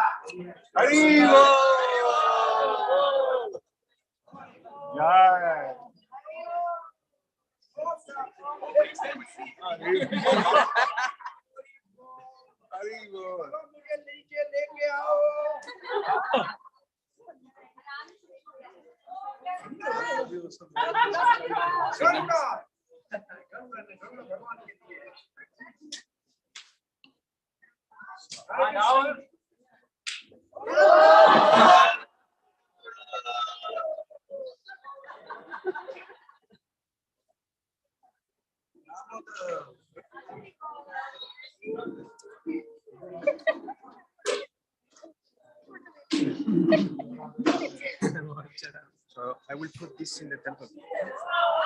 Yeah, now we have to film the Bhoga and everything. But still filming is left. We need to film, go down, film everything in the temple. Yeah. So one will be used for filming the Bhoga and the Lord. And one will be used for Kirtans.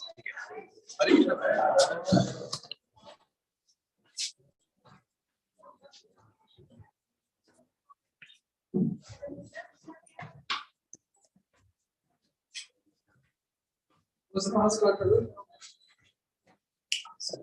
Sorry?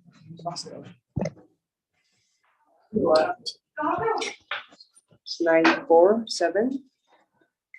Oh, passcode 947640.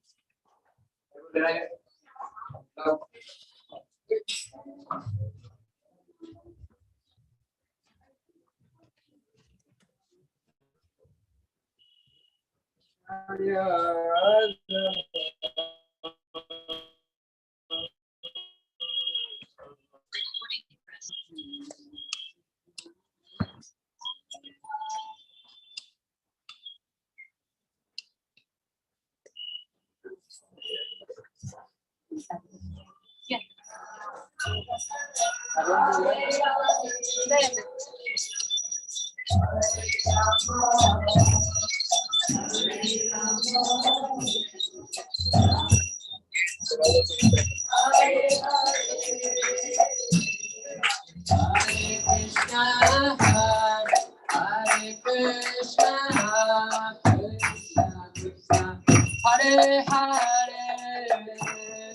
Hare Rama, Hare Rama, Rama Rama, Hare Hare, Hare Krishna.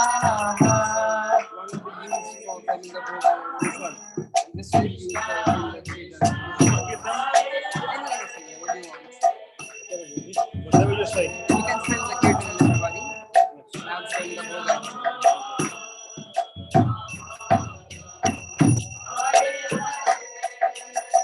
Hare Krishna,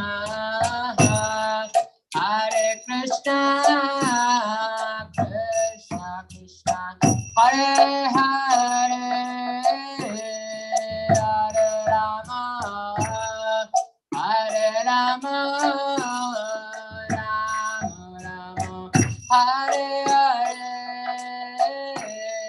Hare Krishna.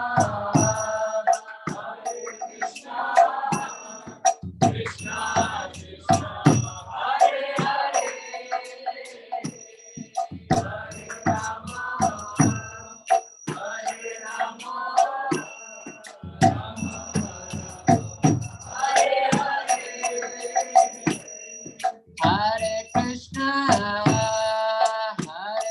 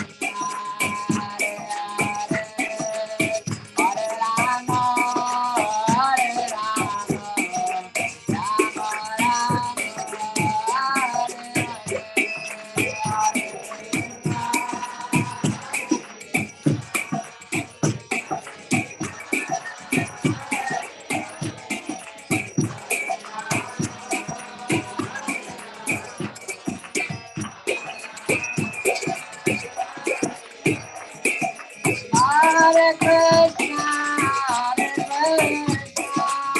Krishna Krishna, Hare Hare,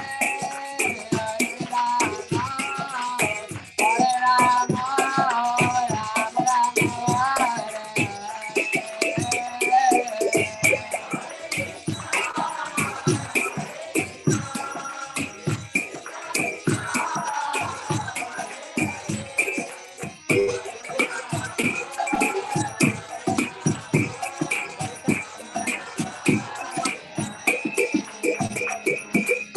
Hare Krishna,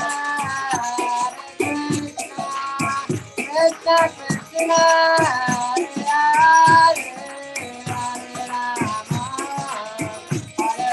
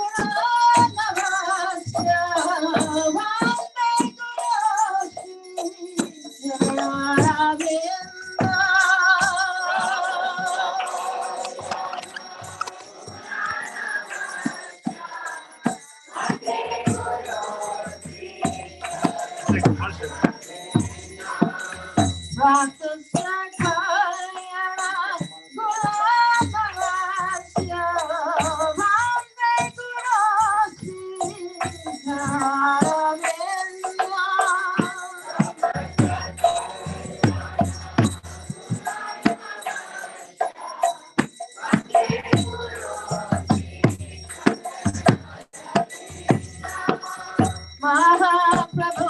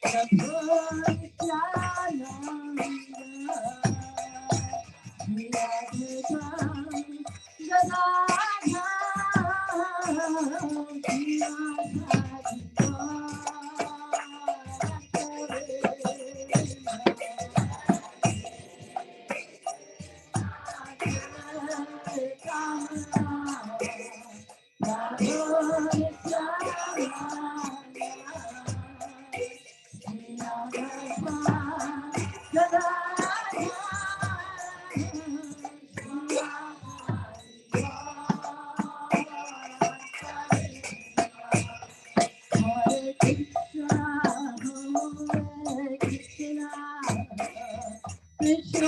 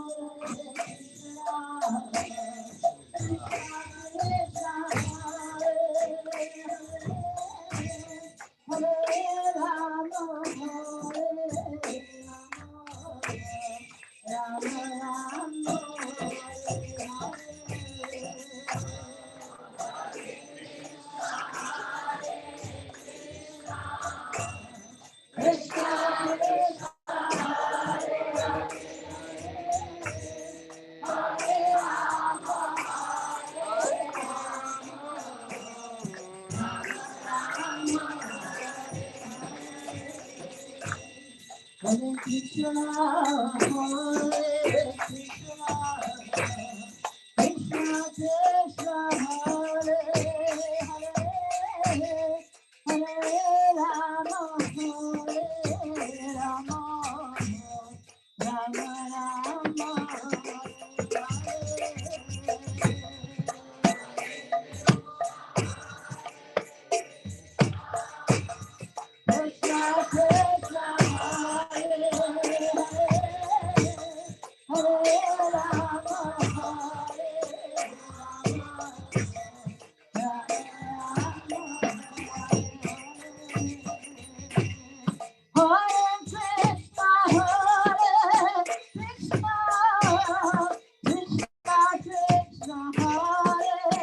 Hare.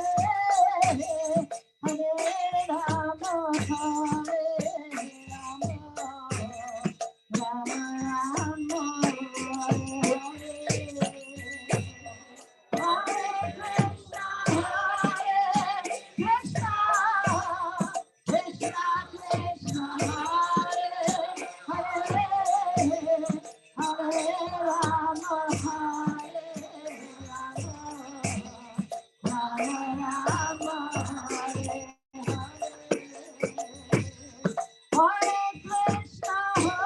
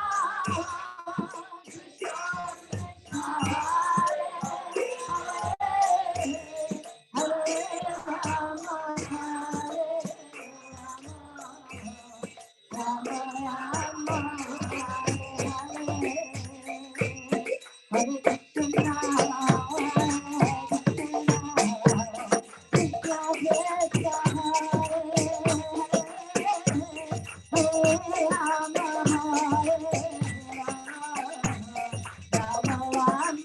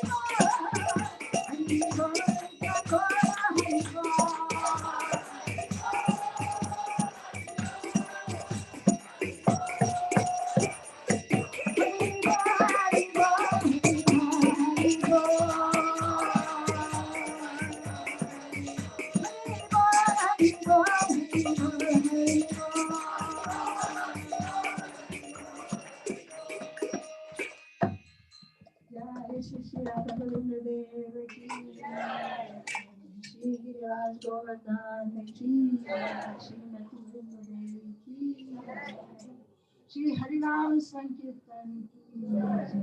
Shri Rupa Goswami Pad ki jai. Shri Prabhupada ki jai.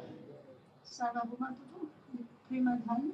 Om Shivaya Paramanta Parivatikācārya Swasti Shiva Divine Creator Vaishnava and Bhakti Vedanta Swami Srila Prabhupada ki Jai. Om Shivaya Paramanta Parivatikācārya Swasti Shiva Bhakti Vedanta Swami Maharaj Srila Prabhupada ki Jai. Ananta Koti Vaishnava ki Jai. Namacharya Srila Haridas Thakur ki Jai. Rupsanath Bharagavad Jiva Gopal Bhattacharya Sad Goswami Pad ki Ananta Koti Vaishnava ki Namacharya Srila Haridas Thakur ki Then Sri Krishna Chaitanya Prabhu Nityananda Shri Advaita Gadadhar Srivasadi Gaura Bhakta Vrinda ki Shri Radha Krishna Shyama Kunda Radha Kundi Govardhan ki Bhumi Vrindavan Dham ki Maya Purnavati Dham ki Purushottam Kshetra Jagannath ki Dham ki Ganga Bhaiya ki Yamuna Bhaiya ki Tulsi Devi ki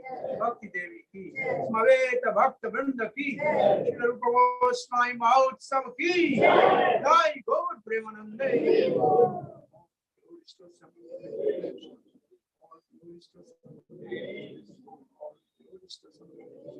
all those who should go out, Premanande.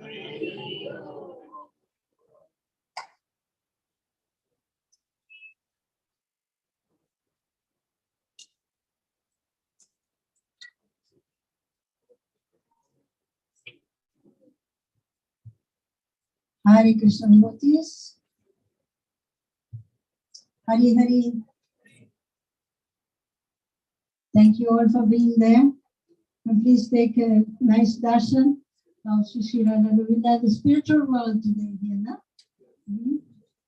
We are in the Kunjas, beautiful, deep light, Shri Radha Govinda, are giving their darshan, and we are surrounded by the Sakis, and we are in Govardhan actually. We are in the most beautiful place of Govardhan, giving all kinds of, it is said, beautiful fruit and drinks, honey, and beautiful fresh water, sweet scented roots, aromatic leaves, pigments to decorate the forehead and the cheeks. So we are in this wonderful atmosphere, and we are here at the lotus feet of Sri Rupa Goswami. So please don't take darshan. Take darshan. Mahaprasadam has been offered to Sri Rupa Goswami. And then let us be blessed by more mercy, going up upstairs again, up and down. That's all. Cultivating the fire in the stomach. So we go back upstairs, and then we have Mahaprasadam. So please take partake. And as I said upstairs, please, if you are interested, come back tomorrow at 4 o'clock in the afternoon. We will be hearing the beautiful work of Srila Rupa Goswami. Indrani Ramani Manjula Varna Mani Pukusuman Sitakarna Krishna Lavira Kishwasi Hari Sundara Jayati Kunjana. This is a sample to attract you. This is advertising agency. Please come tomorrow and hear of the beautiful, wonderful verses. We'll also see some picture verses. You know, picture verses? This is an art in Sanskrit poetry that you write verses in such a way that they can be, the syllables can be displayed into a picture, such as a lotus. Different pictures. So Rupa Goswami also showed his expertise at Kavitva by giving us some verses like that, a few verses that can be organized in the form of a picture: snake, mridanga, lotus. So we want to see a wheel. So we want to see that. So that's tomorrow. So those who eat enough prasadam may get the mercy to come back tomorrow. Hare Krishna. Sri Sadhu Goswami ki jai, Srila Prabhupada ki jai, Gaura Premanande. Hare Krishna.